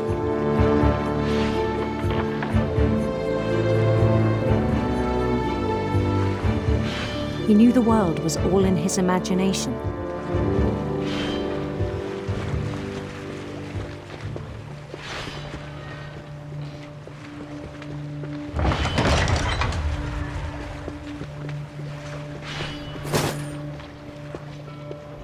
But he was so proud of having created it.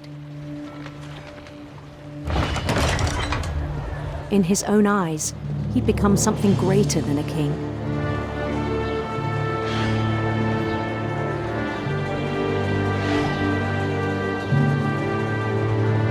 For someone who'd never known success in the real world, I think it was overwhelming. And then it struck him that the real Louis was not the one chopping salmon, but the one climbing the steps of a golden palace.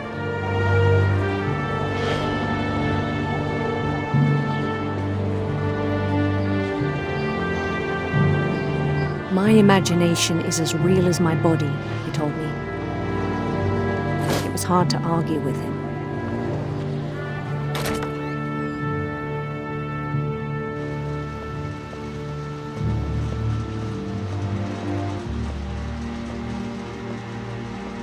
He began to forget the world we know.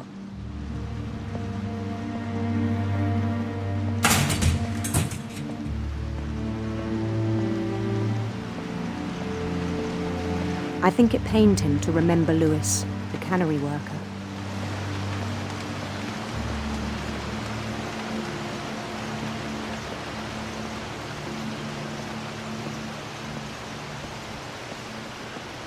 He began to despise the man with a royal contempt.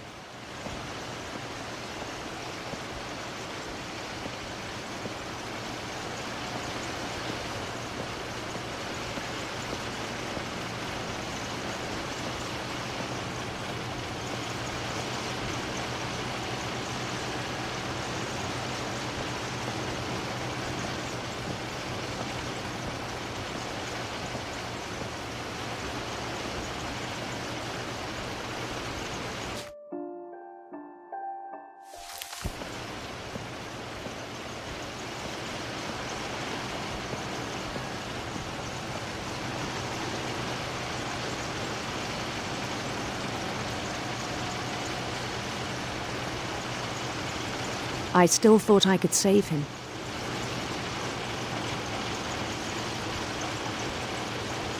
Even after he said he was being crowned king over all the lands of wonder.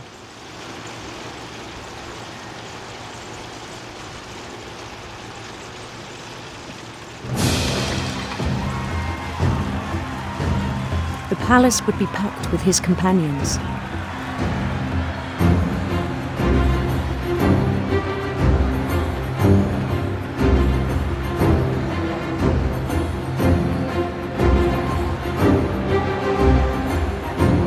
Including the wise Calico who'd insisted on advising him.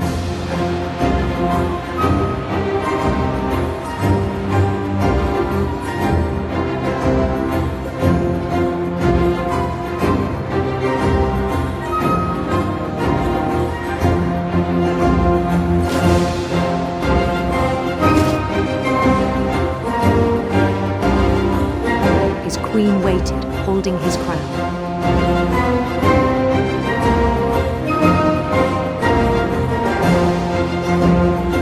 There was only one thing left to do.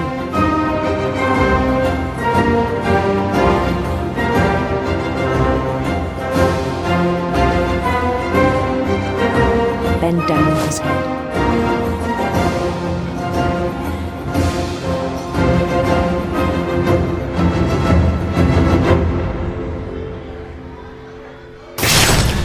And the rest I think you know.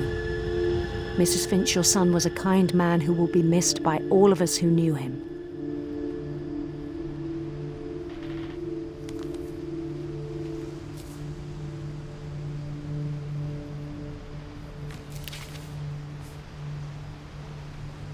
My brother was really cool. I wish you could have met him.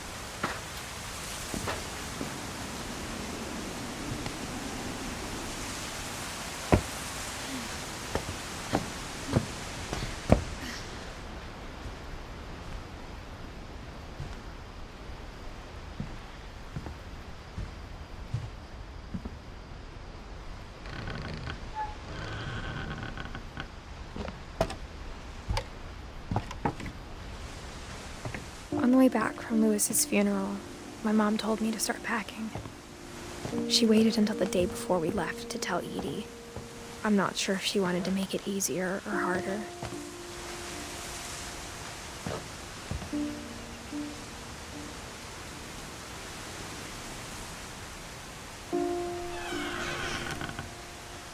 I wish we'd stayed.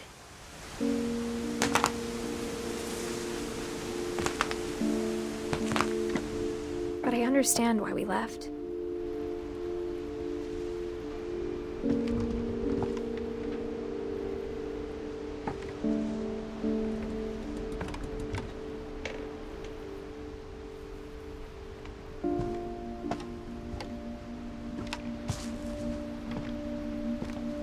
My mom ended up leaving everything behind.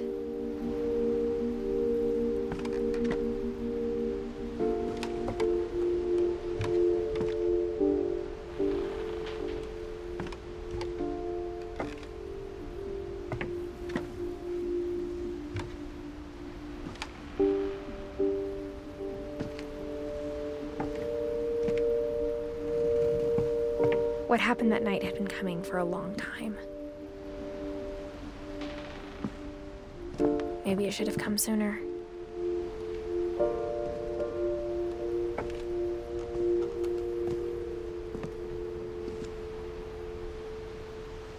But it had to end one way or another. All that's left now is to tell you about that last night.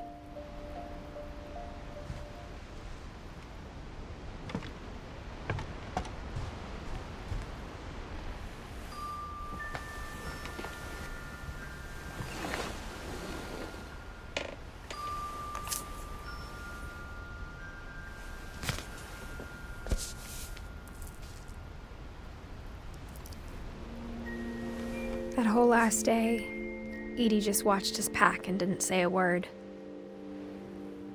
Until supper, when she raised her glass and said, "To our final night together, and all our final nights apart." Grandma, you know what I said about alcohol. Some of your medications are very Edith, specific. I left a present for you in the hallway. Why don't you go open it?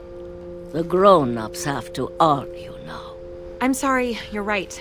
We're all leaving tomorrow. Let's just enjoy our last... I'm not leaving. Edith, you're excused.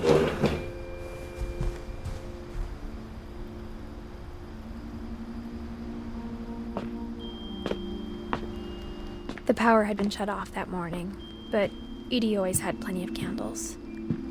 When my mom sealed the library, I don't think she knew about the other entrance. Or that Edie had a key to it.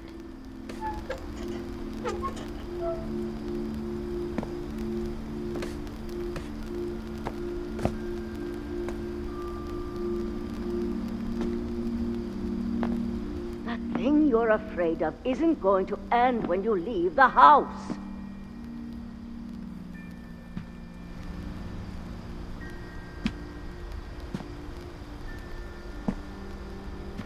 Edith has a right to know these stories.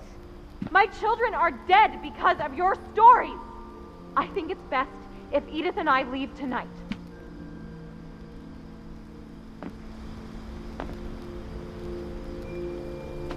We'll have the nursing home send a van for you in the morning, okay?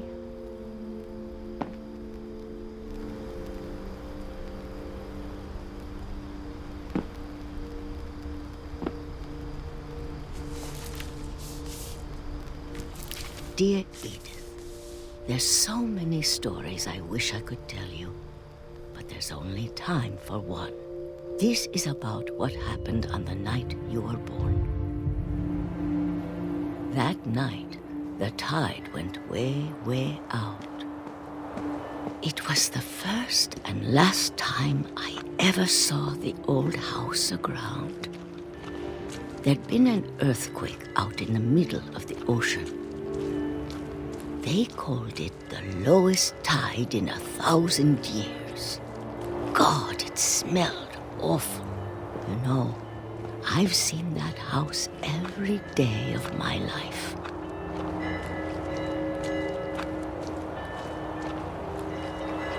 But I never thought I'd go back to it.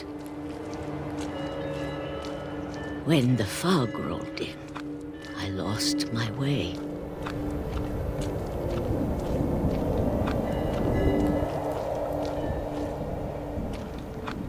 I got turned around.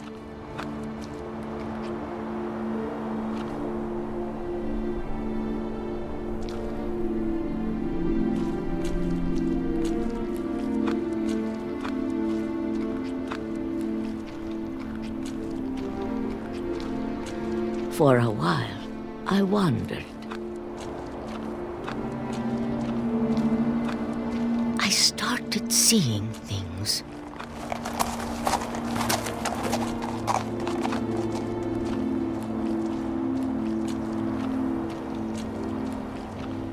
Things I'd forgotten had ever existed.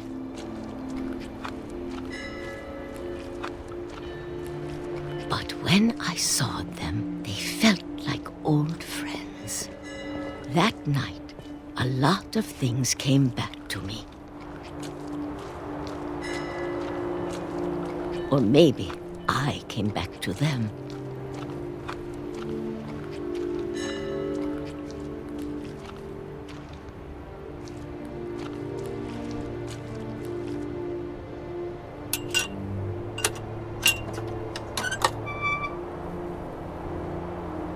Things I can't explain, but that I need you to try and...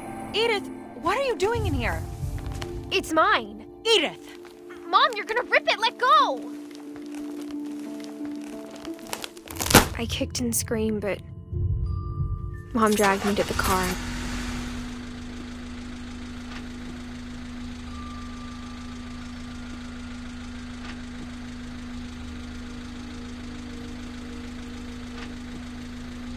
I never saw Great-Grandma Edie again.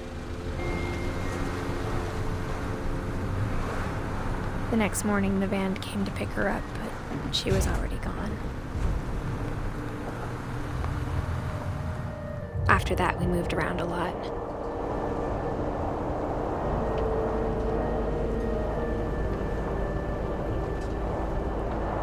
We both tried to make the best of it.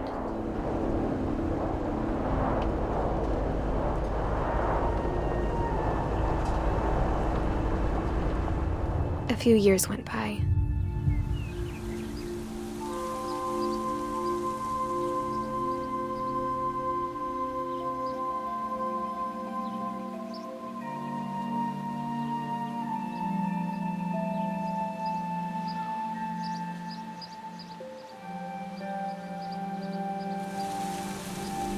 My mom didn't like to talk about it. but she started getting sick a lot.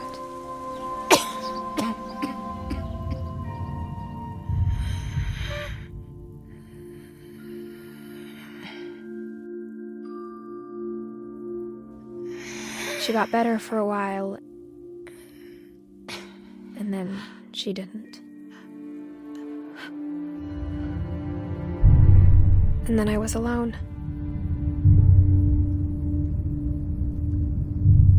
The last Finch left alive.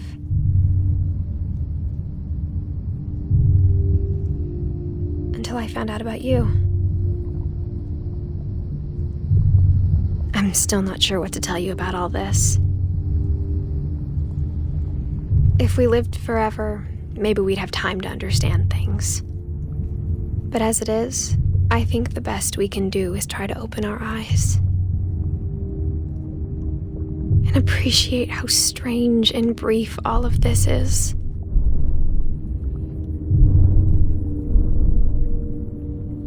This journal was supposed to be for you, but now I hope you'll never see it. I just want to meet you and tell you all these stories myself. But I guess if you're reading this now,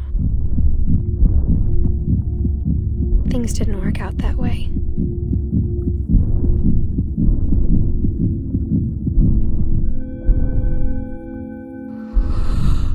This is where your story begins. I'm sorry I won't be there to see it. It's a lot to ask, but I don't want you to be sad that I'm gone. I want you to be amazed that any of us ever had a chance to be here at all. Good luck.